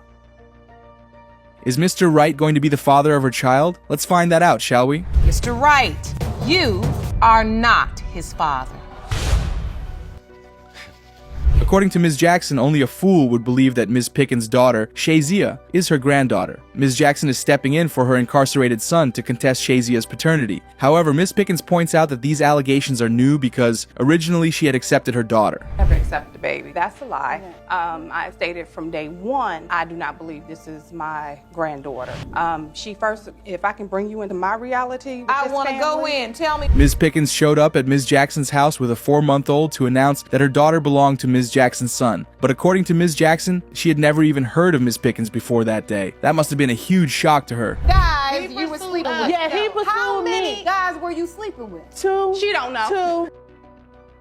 She don't know. When I met him, I had a boyfriend. Exactly. Me and the boy stopped. So she also said she's a cheater. Will these women calm down? Mrs. Pickens was with multiple partners at the same time, so it's understandable that Ms. Jackson has doubts. But why would you be messing around with another guy every single day while you were in a relationship? I'm the judge, and I asked the questions, you answer them, okay? Talk to me. I will. Sorry. I'm just frustrated. Understandably, Okay. this Good one, Judge Lauren. They have to stop yelling at each other if they want this case to come to a reasonable conclusion. Let's keep going. When did you change your mind and decide, no, it's not that guy, it's Miss Jackson's son? When did you change your mind and why? When he pursued me, calling me and like, oh, well, that's my baby, this, that. So, I was when like, you say he pursued you, you Yes. meant when you had this baby, Yes. Miss Jackson's son called Yes. you and said, Yes. that's my baby. Yes. Okay, so Ms. Pickens has been playing the guessing game ever since she found out about her pregnancy. She initially thought the baby belonged to the other guy she'd been going out with after the affair with Ms. Jackson's son was over. Could that be a lie? I never took the time and be like, well, she can come over my house. Well, you come over my house and spend, you can come over with her daughter and spend the night. I'm just saying, what grown woman? Because my son is claiming this is his child. I told my son, don't be a fool. Oh, Ms. Jackson is angry. She really did invite Ms. Pickens and her daughter over, but claims she only did that because her son accepted the child was his. She didn't, and she hasn't still. She doesn't see the resemblance Ms. Pickens says is there. She just wants the results to prove her right. Mother connection. You don't have a grandmother connection. No. What, meaning when you look at the baby, you I don't do have not. that feeling exactly. that This is my grandchild. I have 2 grandchildren that I love dearly and take very good care of them. And She not just with this had a child, I baby, can't. So how do you? Some of Ms. Jackson's reasons are understandable, but grandma instincts? Never heard that one before. How do you expect to feel connected to a child whose mother you obviously dislike and are repeatedly trying to prove wrong? And what is this about Ms. Pickens faking a pregnancy? Did you lie about Yes, a second I did. pregnancy? Yes, I was kind of hurt. I was kind of hurt. Yes, I did lie. And the only reason how you know I lied because I told your son that I lied. Yes, we you found did. out because we no, called the no. Miss Pickens took her revenge plot too far, lying about a pregnancy and then claiming you had an abortion? What kind of revenge is that? How do you do this and expect the man and his family to trust you? Your grandchild was fathered by Miss Jackson's son. To me, she looked just like hair, eyes. She does look like this little boy done lived with me for about a month because his mother put him out. Exactly. This is so messed up. Miss Pickens is only 19, yet she's involved in all this drama. And then, Ms. Jackson is a grandmother of 3 at just 37? These people are going too fast, sleeping with anybody, and popping out babies like they are the easiest thing to make in the world. Your Honor, I do understand your question. And the only thing I can tell you is this. My son, he did say that this is his child, but a woman should know who the father of her child is, period. It's not for... Truly, Ms. Jackson isn't wrong for thinking Shazia isn't her granddaughter, and Miss Pickens cannot put the paternity of her child on a man just because he says he is her father. It does not work that way. It's good that she's ready to accept Shazia if she's proven to be hers, though. I'm trying to understand. You're his current girlfriend, Yes. and you have a child with him. Correct. You didn't know of Miss Pickens At all. And you say her concern It's more about me. Could Ms. Jackson and Aaliyah be right? Is Miss Pickens more concerned about their relationship than her child's paternity? We may never know the answers to these questions, but we do know what the DNA results say. Let's find out. Mrs. Jackson, you are not her grandmother. This woman is trouble. She is trouble with a capital T. She, as a matter of fact, I call her the 3 T's. Trash, trouble, and trifling. That's what she is. The little boy looks nothing like my son or any member of my family at all. Can I show it? Can I? Absolutely, ma'am. What did you bring? Wow, what a woman. She actually brought a picture of the father and baby to court, claiming they don't look anything alike. Meanwhile, the ex-girlfriend is firing back, insisting that Ms. McBirth is just in denial and projecting her own feelings onto the baby's paternity. So why do you think she's in so much doubt over your child? I have no idea, to be honest. Like, maybe because he is so white? Because he all the white. He ain't got no black in here. Everything I see got powder puff on it. I don't see no chocolate nowhere, okay? No, ma'am. Whatever. Let me understand this relationship. So how long have you been in a relationship with Mr. Hughes? Ms. McBirth. That was an incredibly racist comment. Does she not realize how unpredictable genetics can be? To say something like that in court is shocking. Sure, she might be frustrated with her son having kids left and right, but that's no excuse to be cruel to his baby mama. Uncalled for. For maybe about 15, 18 months. Okay, so a little over a year. Were you in a committed relationship? I thought we was. You did. Okay. And was he the only person you were intimate with during that time? Yes, ma'am. Now she knows she lying. She lying. Yes, ma'am. This DNA right here has been in our life. She's never was a girlfriend. You are a vampire. You are just a fly-by-night. We didn't know anything about you. He's been in a relationship for 10 years. And now we've got 3 wild women in court. Where did all this come from? Who is this lady? And why is she meddling in Ms. Jackson's business? If Ms. Jackson says she was in a committed relationship with Mr. Hughes, then just let her be. This is getting out of hand. Thank you. A side chick. And it's all she has done is she's been trying to put the baby on us. Force it. Yeah, you have. Don't sit up and act like you haven't. But the thing about her, she's trying to push that baby on. That ain't mine. I didn't sleep with her.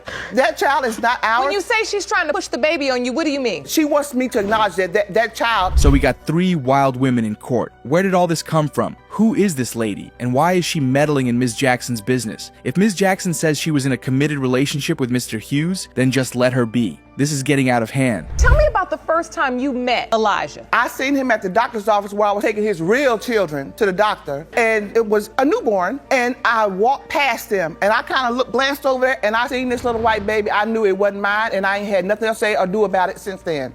She need to get that out of her head. That child is not my son's baby. Period. Whoa, hold up. Look how this woman is ready to go head to head with Judge Lake. So many things are wrong with everything Ms. McBirth just said. First, his real children. She was taking her son's real children to the hospital. I'm sick of all these little hookers trying to say my son is the daddy. I'm sick of it. I get babies dropped off here, dropped off there. I'm sick of it. But it stops today. Because that baby is not my son. Here's the thing that she does. is. Here's the Sorry. That's a lie. Yes, No, That's it's a lie. not. That's a lie. First of all, she's a liar because you just had a wild sex party that got shut down by the police station last week. A sex party? And the police showed up? What on earth? But seriously, where was the baby during all this chaos? And someone needs to let Ms. McBirth know that her days of picking up babies aren't ending anytime soon. Her very mute son already has a small army of kids. Miss McBirth, I have to ask you, you're very tough on Miss Jack. Do you have anything to say about your son's behavior? My son has, I know exactly what type of person he is. He just as trifling as she is. He's a handsome guy. He's my son. And I know what he do. But he's still, no matter what he do, he's still gonna be my son. So hold on 1 second. Just take a look at the monitor. You know Judge Lake isn't about to sit there and let these crazy moms run the show. She's up, asking all the right questions. Meanwhile, Ms. McBirth's son has been silent this whole time. No clue if he's even claiming the child. Unreal.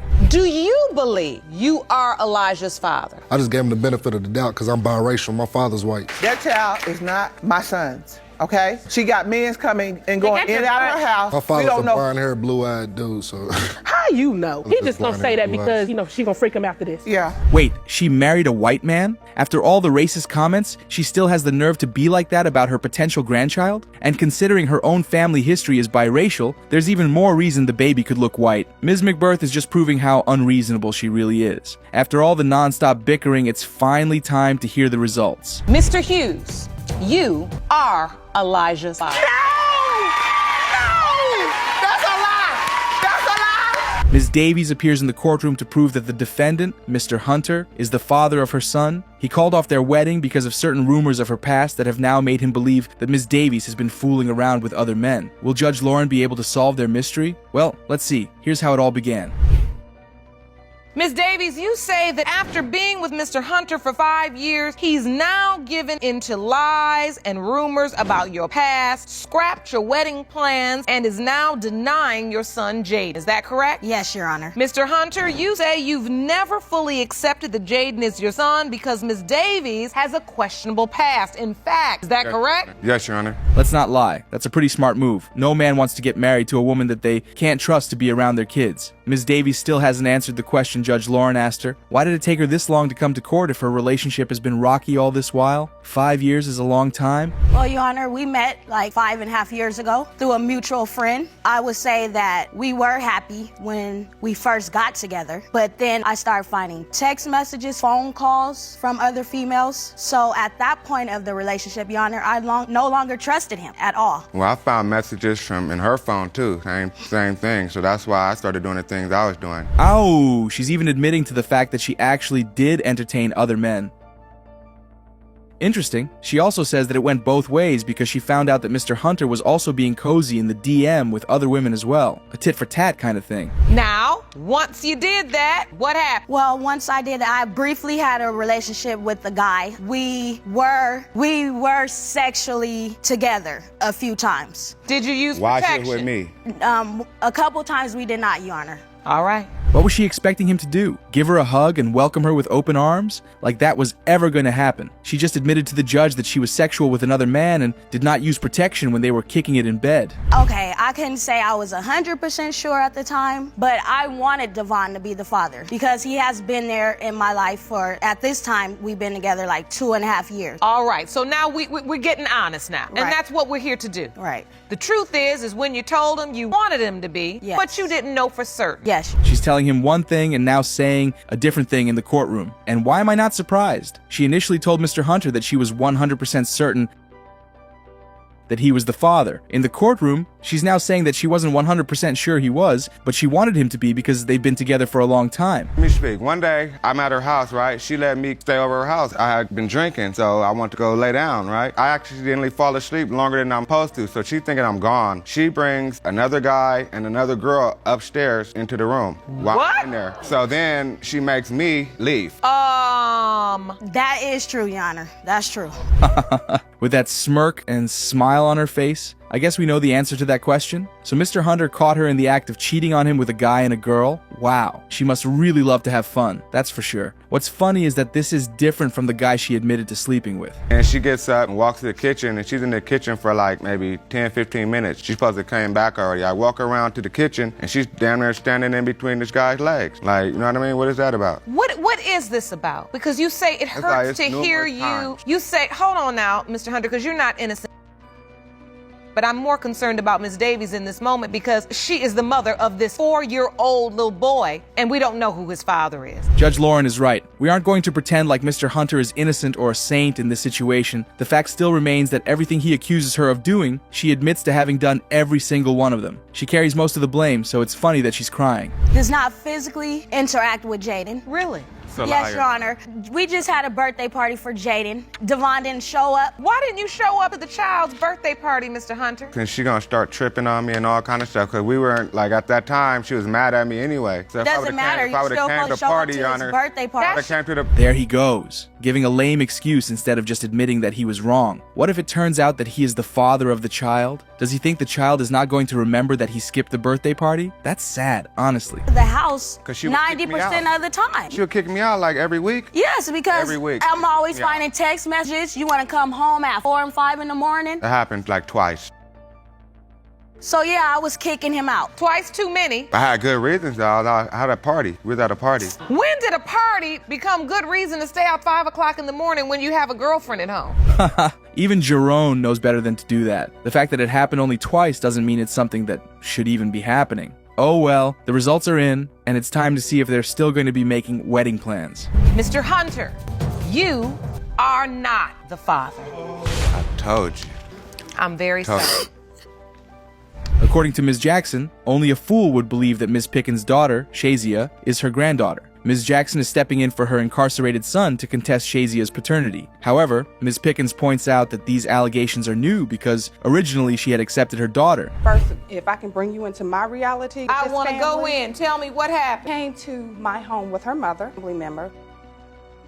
Let me remind you, this child was already 4 months old. Even heard of this young lady? Ms. Pickens showed up at Ms. Jackson's house with a 4-month-old to announce that her daughter belonged to Ms. Jackson's son. But according to Ms. Jackson, she had never even heard of Ms. Pickens before that day. That must have been a huge shock to her. She don't know. When I met him, I had a boyfriend. Exactly. Me and the boy stopped. Hold on now, Ms. Jackson, let her speak. I'm sorry. You had a boyfriend. Yes. Will these women calm down? Ms. Pickens was with multiple partners at the same time, so it's understandable that Ms. Jackson has doubts. But why would you be messing around with another guy every single day while you were in a relationship? Talk to me. I was sorry. I'm just frustrated. Understandably, this situation, nobody wants to find themselves. And however, if we're going to resolve it, we got to be able to talk about it.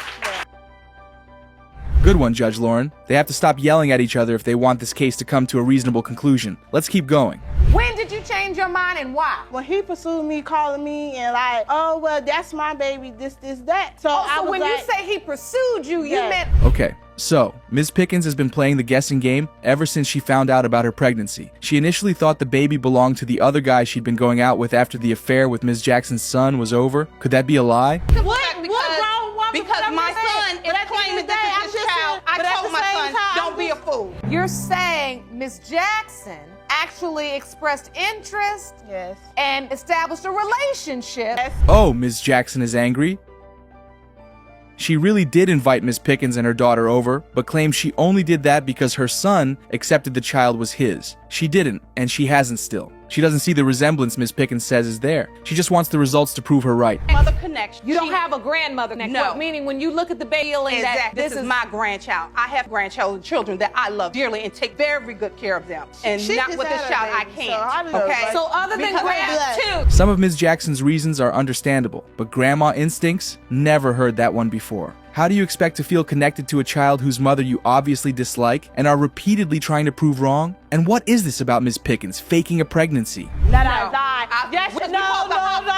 And it was no Why did you lie? Yes, I did lie because I was kind of hurt. I was hurt because So you did it to get back at us. Miss Pickens took her revenge plot too far, lying about a pregnancy and then claiming you had an abortion? What kind of revenge is that? How do you do this and expect the man and his family to trust you? Was fathered by Miss Jackson's son. To me, she looked just like hair, eyes. She does look like this little boy done lived with me for about a month because his mother put him back. This is so messed up. Miss Pickens is only 19, yet she's involved in all this drama. And then, Ms. Jackson is a grandmother of 3 at just 37? These people are going too fast, sleeping with anybody and popping out babies like they are the easiest thing to make in the world. And the only thing I can tell you is this. My son, he did say that this is his child, but a woman should know who the father of her child is, period.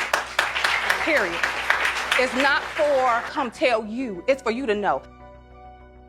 Truly, Ms. Jackson isn't wrong for thinking Shazia isn't her granddaughter, and Miss Pickens cannot put the paternity of her child on a man just because he says he is her father. It does not work that way. It's good that she's ready to accept Shazia if she's proven to be hers, though. And you say her concern is more about me and Kevin's relationship than finding if that's Kevin's. Say this entire position she's taking is based upon the fact to destroy what you all have. Basically. Could Ms. Jackson and Aaliyah be right? Is Miss Pickens more concerned about their relationship than her child's paternity? We may never know the answers to these questions, but we do know what the DNA results say. Let's find out. Mrs. Jack, you are her grandmother.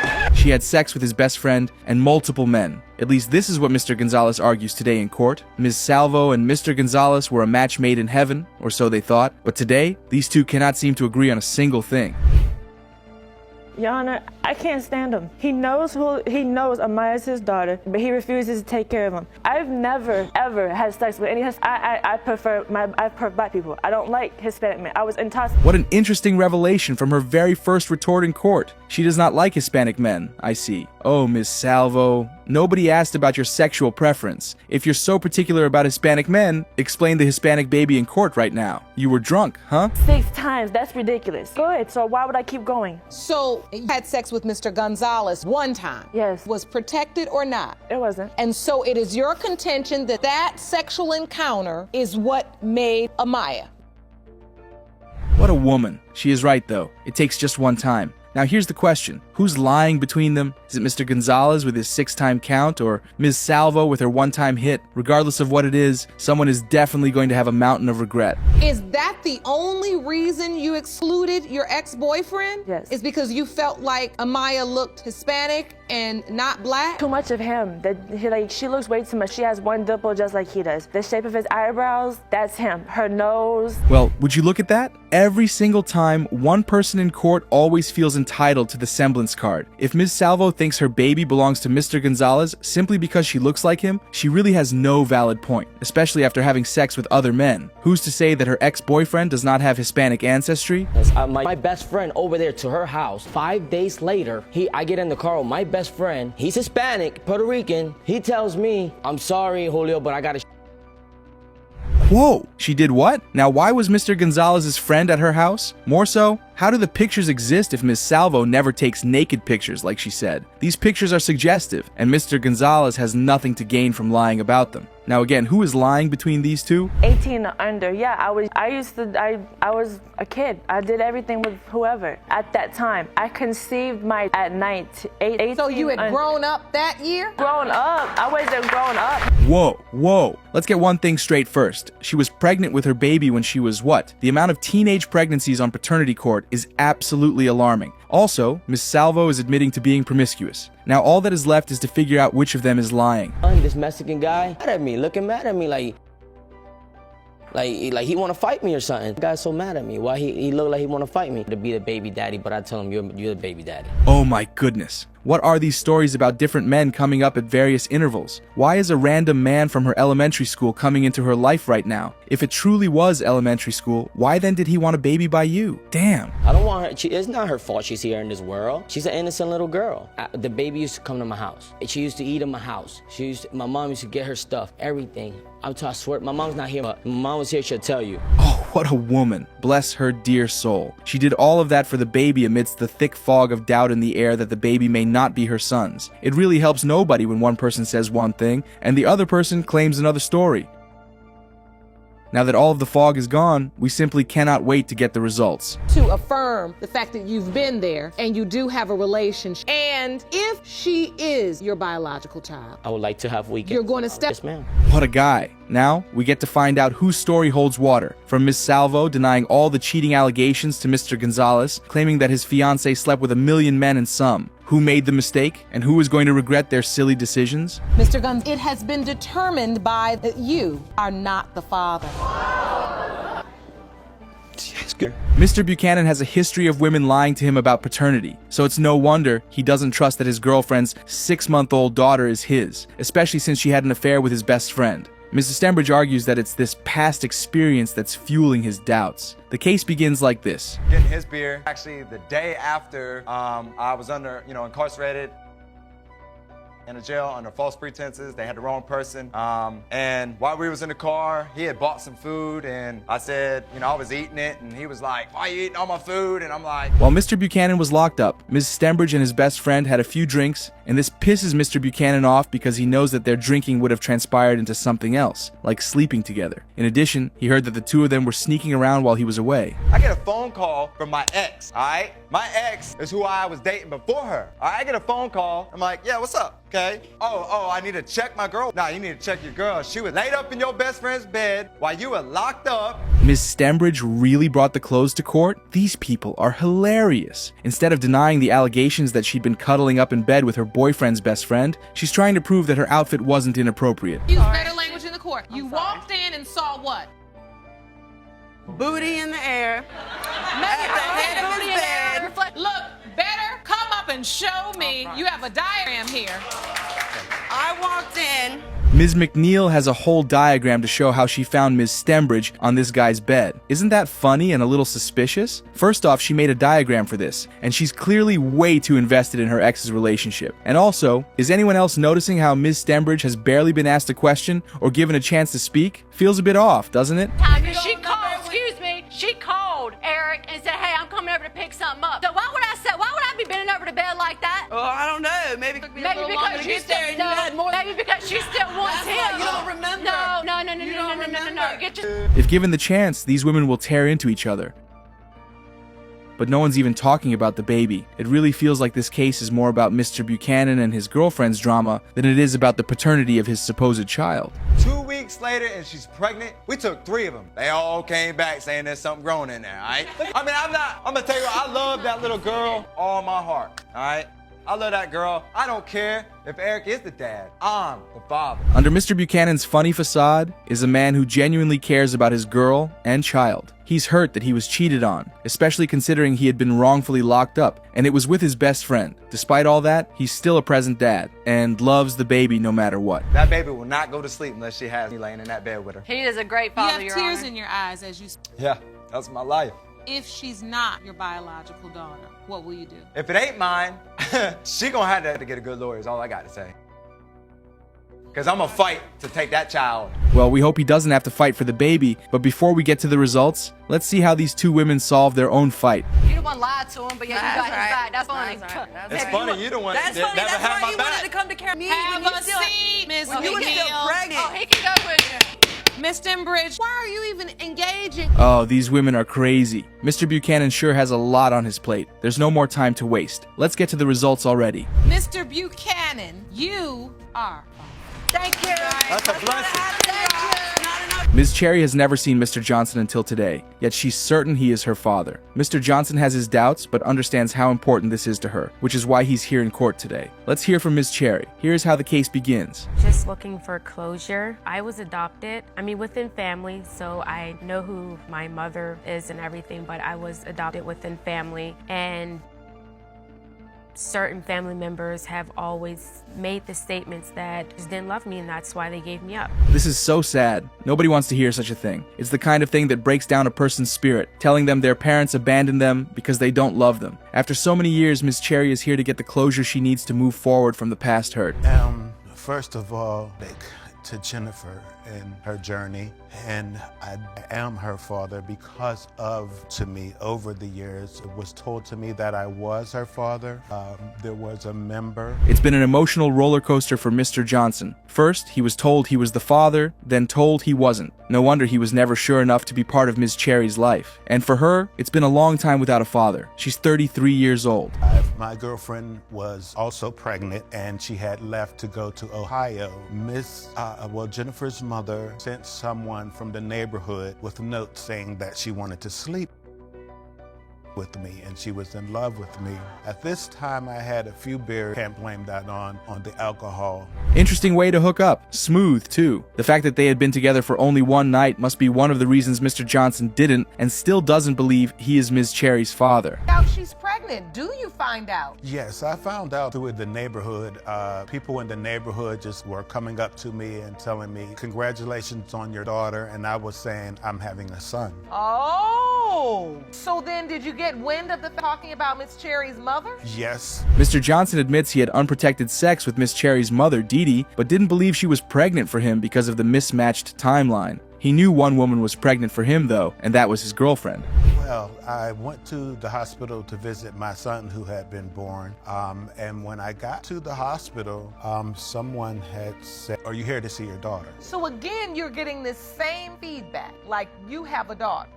Did you say, "Where is this baby"? Well, when I looked in the room, Jennifer's grandmother was home, and Dee Dee was laying in the bed. It does seem harsh that Mr. Johnson never even came to see the baby. But in his defense, he says by then, he was told the baby wasn't his, and they claimed to already know who the father was. If this unnamed family member really knew the identity of Ms. Cherry's real father, why did they stay silent all these years? Brett, not pursuing the opportunity to truly find out if Miss Cherry's your biological daughter. Yes, I actually do regret it, but I tried to reach out and find them. I did not have any names. I did go downtown in 2000 to try to get a blood test, but by that time, they said I would have to pay $700, in which I did not have at that time to take the blood test. So, Mr. Johnson eventually regretted his actions and tried to find Miss Cherry and had run a DNA test but couldn't afford to. But a different version of the story was told to Ms. Cherry, which is that Mr. Johnson and her mom signed over their parental rights to her adoptive family. But guess what? Mr. Johnson says he never signed any such thing. Somebody is lying here. I did a DNA ancestry, and it linked me to cousins. I don't know my father or anything like that, so they asked me for the name. They came literally 10 minutes. It was like, we couldn't find anyone with that spelling, but we found someone with this spelling. It was him, the only Perez Johnson in Pittsburgh that was on Facebook. After all these years, Mr. Johnson finally sees some resemblance between them. But let's be honest, it's not like he ever tried to notice before. He never put in the effort to find her, while she spent so long searching for him. The reason why I did submit to her all of her life is because even though I did not believe that she was my child, I knew there was a child out there in need, and that probably needs someone someday to say that they care. Ms. Cherry doesn't believe Mr. Johnson's pity story. If he had cared enough, he would have made an effort to find her at least, and not ship her off to family members as an adopted child. I'm so sorry you had to grow up without a father, and I'm willing to do DNA for you, but I believe 99% you are. He's waited for you to contact Mr. Johnson. This doesn't sound doubtful. This says you believe 99% she is your daughter and that you've been waiting your whole life for her to contact you. That was actually after I seen the pictures. You've been waiting her whole life for her to contact you? What does that even mean? Couldn't you have contacted her? All of a sudden, because of some Facebook picture, you believe she's yours and are down for a DNA test. We can't help but feel for Ms. Cherry, who's had to go through all of these because her parents were careless. What an emotional and mature exchange. My child questions who my parents, who her parents are, who her grandparents are from her dad. So when she's questioning me and say, well, mommy, where's your mom and dad at? What's your parents' names? Why don't we ever go see them? I'm very proud of you to where you have brought yourself without a father or a mother, whether I am or am. It's time to find out if these two are father and daughter with 3 decades of catching up to do. The results are in. Mr. Johnson, you are not the father. I'm so sorry. Ms. Brewington, you are here to prove your 3-year-old son Giovanni is Mr. Lee's biological child, and you claim Mr. Lee has been a father to your son since the day he was born and is denying paternity because he wants to avoid paying child support. Is that correct? Yes, Your Honor. But Mr. Lee wasn't budging. He had his story, and he was sticking to it. According to him, they were just cohabiting, nothing more. Yes, they lived in the same house, but he swore there was no intimacy, no late-night entanglements, nothing that could possibly lead to a baby. And you say you know 100% you're not the biological father of Giovanni. Yes, Your Honor, I do. I want to know why you have doubt. At the time that Gio was conceived, we were not having no type of intercourse. We were not cool at the moment. You don't believe you were working on the relationship at the time Giovanni was conceived? No, not at all. When Ms. Brewington told him she was pregnant, he shut it down immediately. Impossible, he thought. Not mine. He didn't just doubt it, he flat out denied it. He even made her take 3 separate pregnancy tests as if that would change the outcome. And yet, despite all that, he was so sure the baby wasn't his that he refused to acknowledge the pregnancy at all. Take me back to the day you found out you were pregnant. Okay, I found out that I was pregnant. I actually went to the doctor to just re-up on my birth control. They said, oh, you actually missed your last shot. I didn't even realize it. They said that they had to do a pregnancy test before they could go ahead with the birth control. So I went ahead, they did a pregnancy test. It came up positive. Ms. Brewington remembered how he dismissed her growing belly, scoffed at her ultrasounds, and told people not to believe her. To him, she was just getting fat. Even when she went into labor, he still tried to deny it. But the moment Giovanni was born, something changed. The second he found out it was a boy, suddenly, he cared. Throughout this pregnancy, as you prepared for the birth of Giovanni, was Mr. Lee present? No, he was telling people I was just getting fat. He was like, she just eats a lot of fast food. Everybody was rubbing, my friends were rubbing my stomach. I'm showing ultrasounds to people. He's like, don't believe her, she's just fat. The entire time. I'm talking about, I'm going into labor. He's like, no, you're not. Not only did he sign the birth certificate, but he insisted on naming the child himself, a complete 180th. So what was it? Guilt? A change of heart? A secret suspicion that maybe, just maybe, the baby was his after all? But now, standing in court, he had reverted right back to denial. The baby wasn't his. He only signed that birth certificate because it felt like the right thing to do at the time. Besides, they already had one child together. What was one more? You signed the birth certificate, right? Yes, I did. If you had all this denial and you say she eating fast food and this isn't even a pregnancy, but then you get there and execute a birth certificate? It was the right thing at that moment. We already had a previous child, like I said, so... You just go around signing birth certificates. What made the situation even more complicated was that Brewington had been absolutely certain from the start that Lee was the father. She even offered a DNA test in the hospital. But despite her certainty, Lee kept denying it, his excuses growing more absurd as the case went on. And then, Ms. Brewington, it doesn't really make sense to me is why are you offering him a DNA test if you are 100% sure? That was because I was 100% sure. If he has any doubt, I carried the baby, I birthed the baby. If you have any doubts, go ahead. I don't mind making you look stupid. That's why I'm here now. The courtroom was filled with laughter and disbelief as both sides continued their verbal sparring, each denying the other's version of events. The tension was clear. How could a woman be so sure about the father if she had no concrete proof? How could a man deny a child he'd been so closely involved with? I had another reason I did not think that it was mine is one of her friends, a good friend of her, actually told me that I wasn't the father. Really? She told me that she knows My friend who's the father. told him that because she wanted to sleep with him. I'm still talking. I actually caught them sleeping together. What? Ms. Brewington argued till she was exasperated. To her, this whole thing was ridiculous. They were together. They had been intimate. How could he possibly think this wasn't his child? Well, that's because she told him so. She has zero doubts. Thought I it was a chance because I bought home DNA tests as well. He told me he didn't trust me to swab his mouth. No. He didn't trust me to put the correct DNA into the box. No, it's a home test. Who does that? And she told me herself I wasn't the father, so. I told him that in anger, Your Honor. Multiple times. Judge Lake had heard enough. She wasn't one to let inconsistencies slide. 1 minute, he refused to acknowledge the pregnancy, but then he rushed to the hospital and signed the birth certificate. Which was it? And then the results were in. Mr. Lee, you are not the father.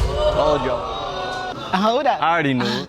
I told you. Don't look at me like that. I don't know God's Who plan. else? Jermaine Benning had been here before, on Couples Court, where the truth about his partner's infidelity had come out, but nothing had prepared him for this. The nagging doubts, the whispers in the back of his mind, and the text messages that had nearly broken him, now he was here to face them, head on. Mr. Benning, you recently appeared in Couples Court and it was confirmed that the defendant cheated on you. This infidelity has caused questions regarding your 2-year-old daughter, Robin, and 6-month-old son, Jermaine Jr.'s paternity. Although you are hopeful that both are your children, you now have doubts. Is that correct? Yes, Your Honor. Kayla Bodine, sitting across from him, wasn't having it. She was certain. No hesitation, no second guessing. As far as she was concerned, this entire thing was unnecessary. And she has evidence to back her case up. Ms. Bodine, you claim you are certain the plaintiff is Robin and Jermaine Jr.'s father and have evidence to support your claim. Is that correct? Yes, Your Honor. For years, Mr. Benning believed Robin was his flesh and blood, a promise fulfilled after the painful loss of his mother when he was just 14. His bond with her has been a lifeline, deep, emotional, and unbreakable. He's been her rock, her daddy. Mr. Benning, tell me about your relationship with your daughter, Robin, and how these paternity doubts are affecting you. Well, first off, Your Honor, my mother passed away when I was 14 years old.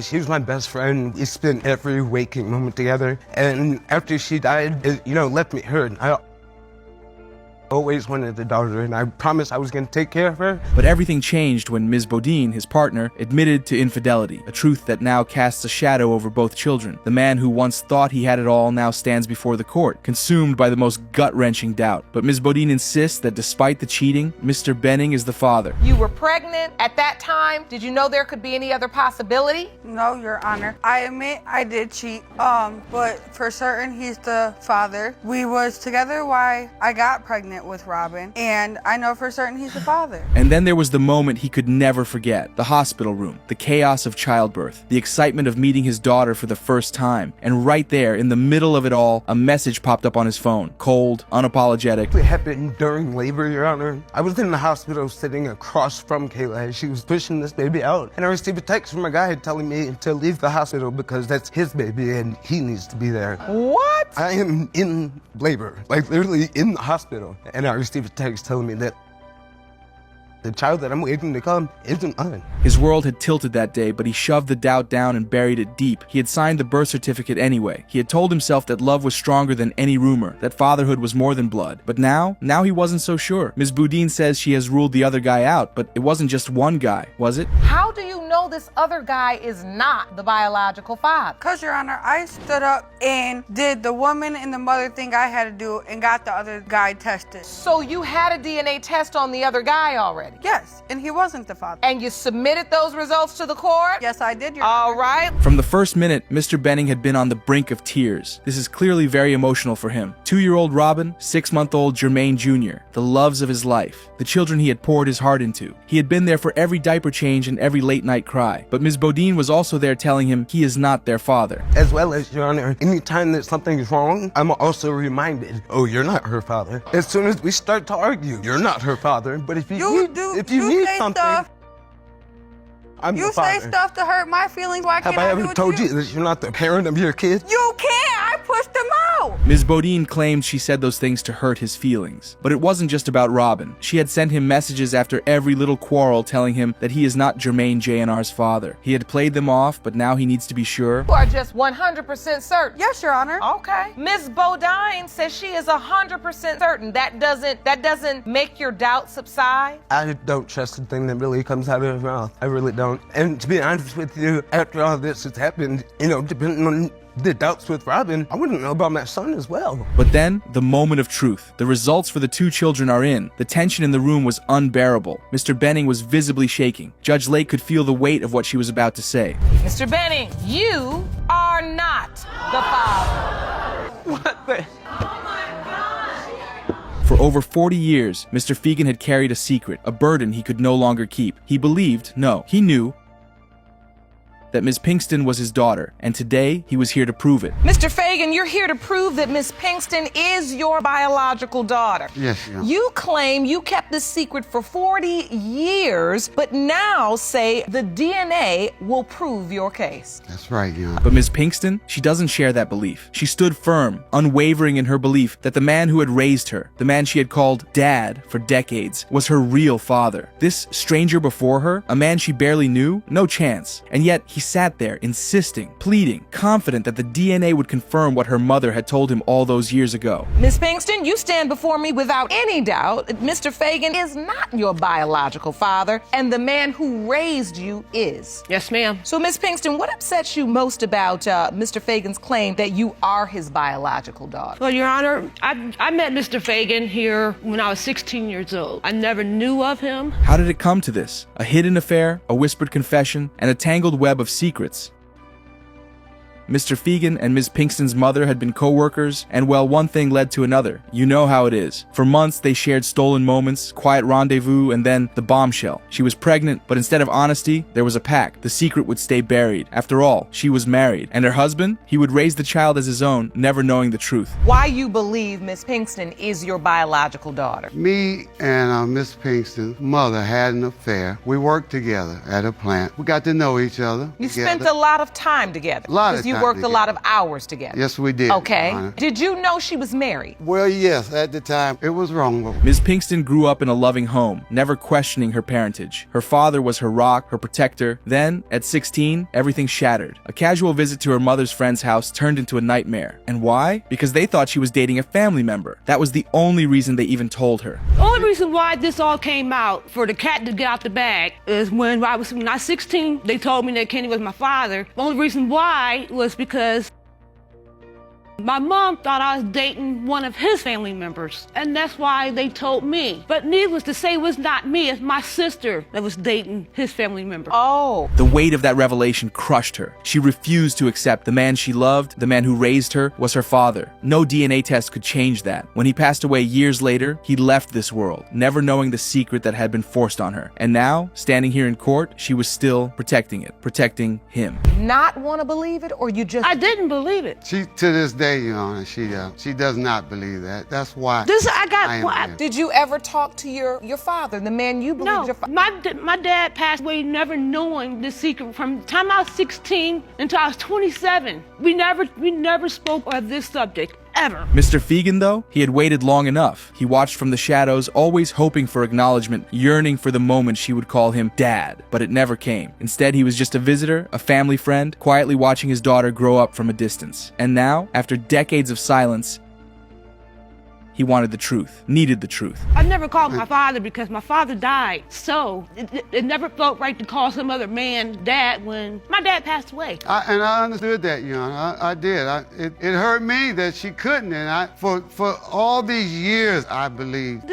I always thought he had some kind of inkling that I was. For Ms. Pinkston, that was a terrible load to bear as a teenager. And the guilt of looking the man he called Dad in the eye, knowing what she knew continuously weighed her down.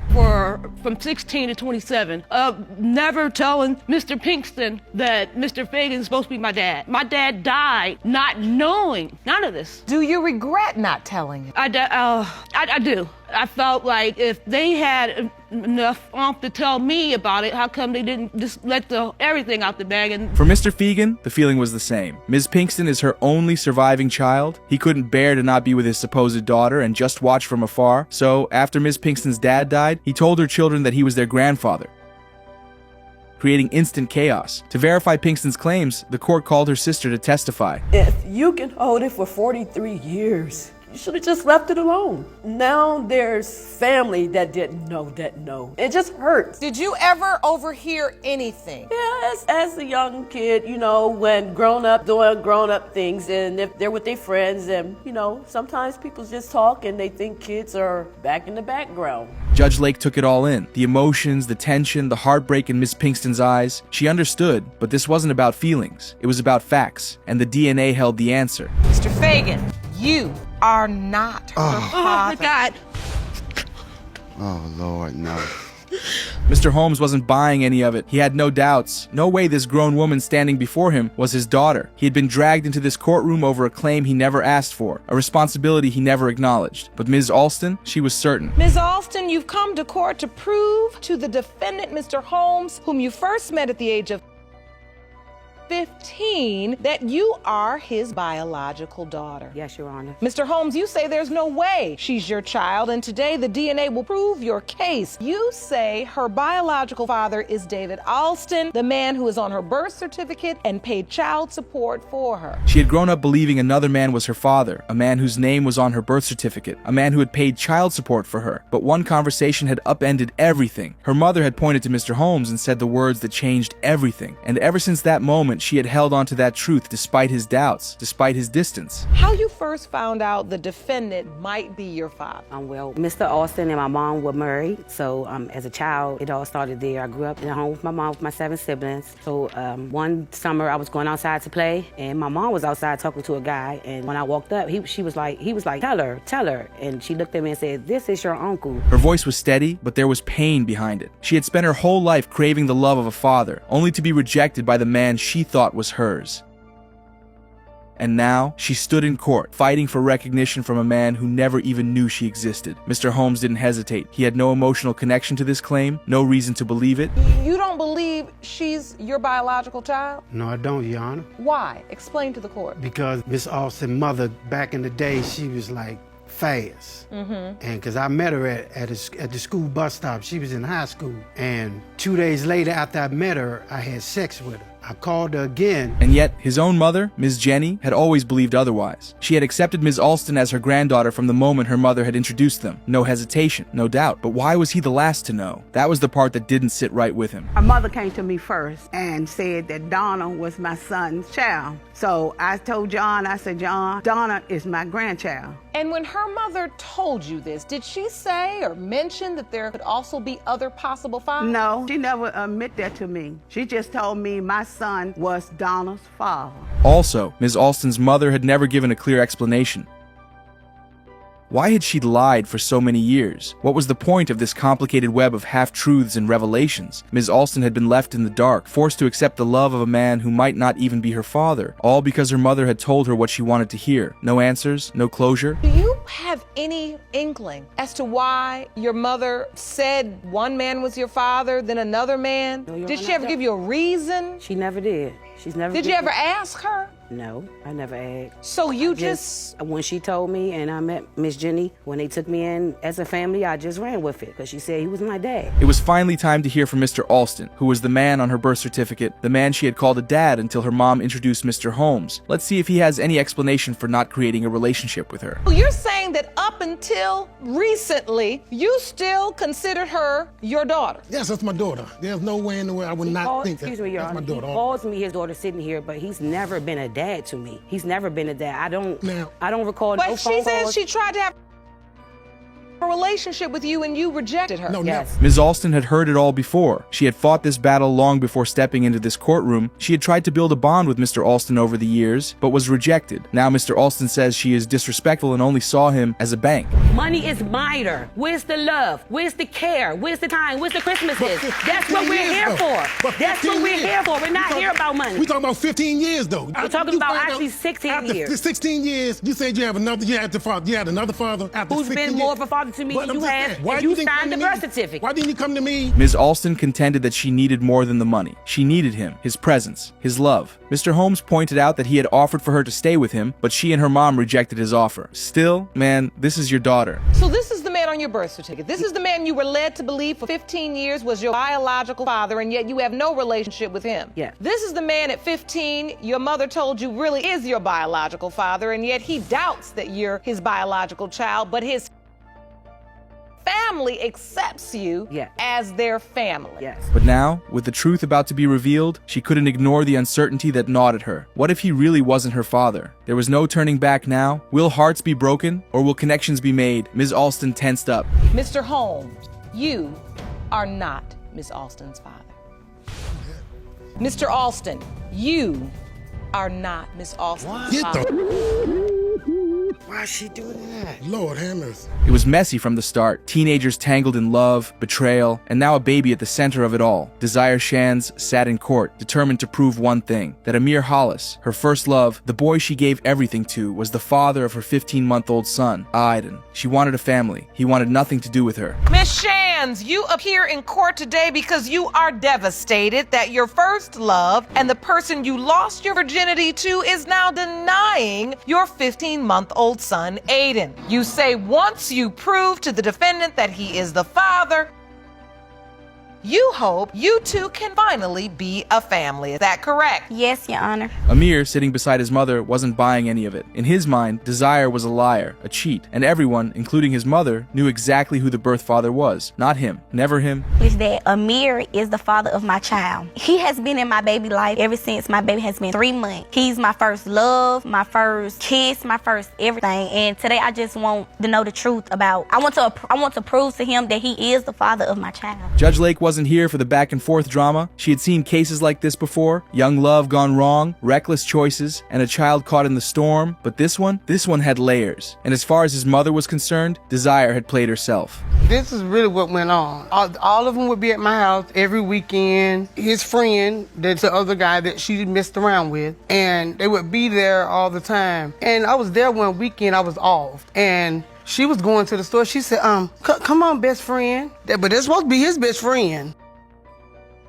Come on, best friend, let's go to the store. I told him, what I do that at? Revenge. That's what Desire called it. Amir cheated, so she did the same. But not just with anyone, with his close friend. And not just once. Multiple times, no protection, no second thoughts, just messy, heated, emotional choices with life-altering consequences. It sounds about silly. So, you have revenge sex with one of his friends. And did you use protection? No. And then how many times did you have sex with this friend of his? Multiple times. Multiple times. But were you also still being intimate with Mr. Hollis? Well, we had broke up. When me and his friend had an affair, we wasn't together. We was not together at all. An affair. 5 whole months of not knowing she was carrying a baby while bouncing between 2 young men. And who did she tell first? Not Amir, his friend. The same friend who had been with her when the baby was born. The same friend who had been ready to step up. So you find out you're 5 months pregnant. What happens? Who do you tell? Well, first I told his friend, because that's the person I was going with at the time. We ended up going out.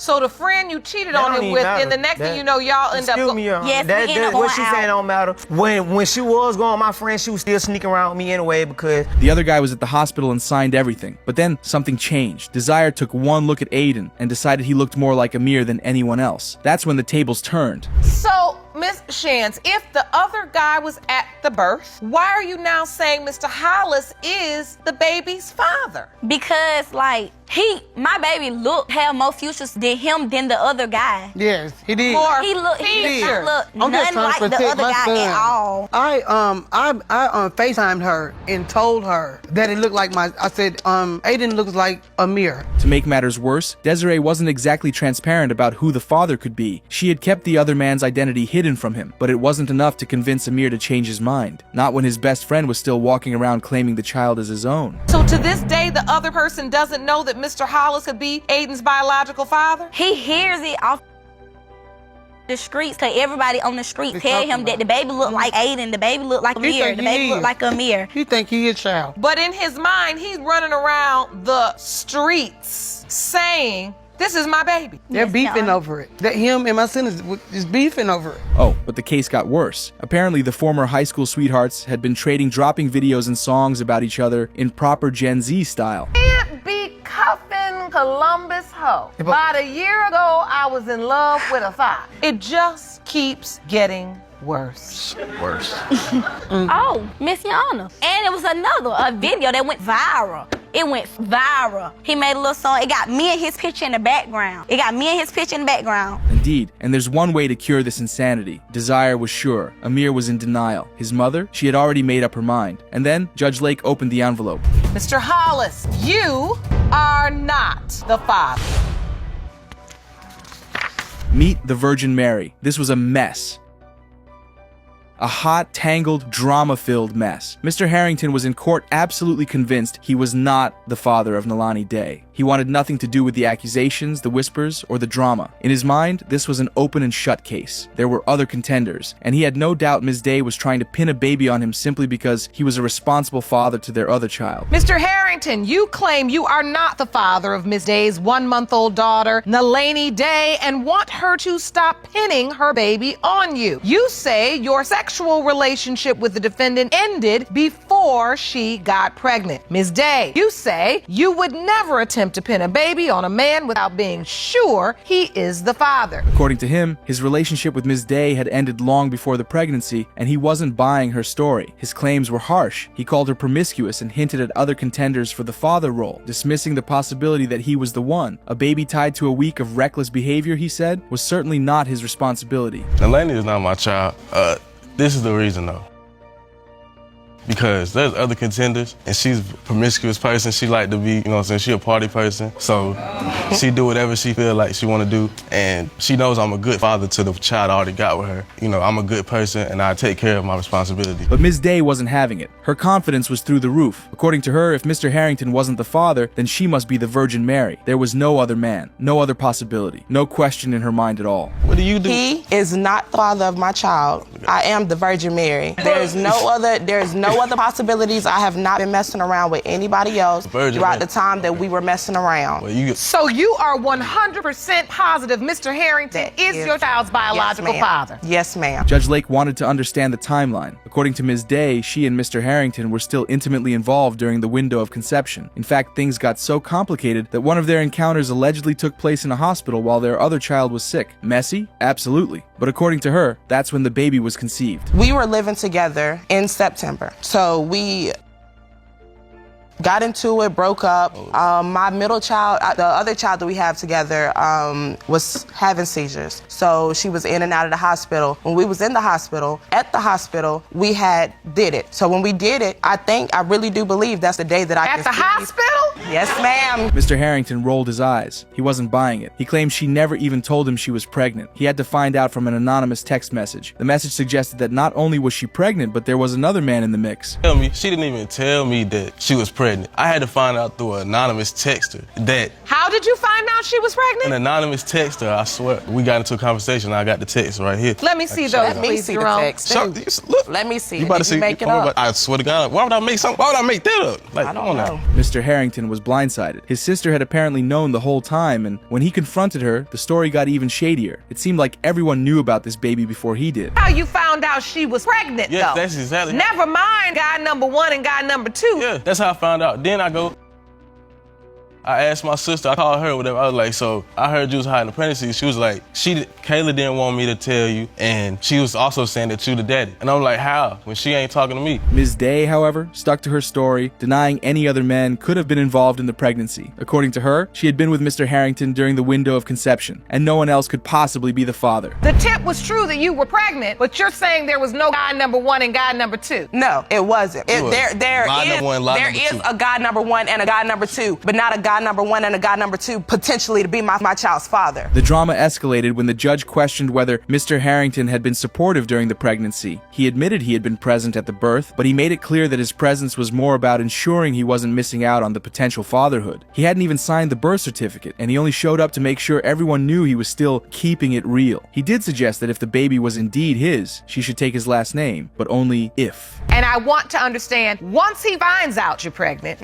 are you supportive of this pregnancy, Mr. Harrington? Are you at the doctor's appointments? Do you come for the birth? Yes, I was there for the birth because I was saying to myself, okay, if I am a possible father, I don't want to have missed the birth. So I was keeping it real with myself. I was being real with myself. Okay. All right. Judge Lake wasn't one to tolerate nonsense, and she made it clear. Enough of the back and forth. It was time to get to the truth. The courtroom fell silent as she opened the envelope. Mr. Harrington, you are not the father. What? Told you, bro. Are you serious?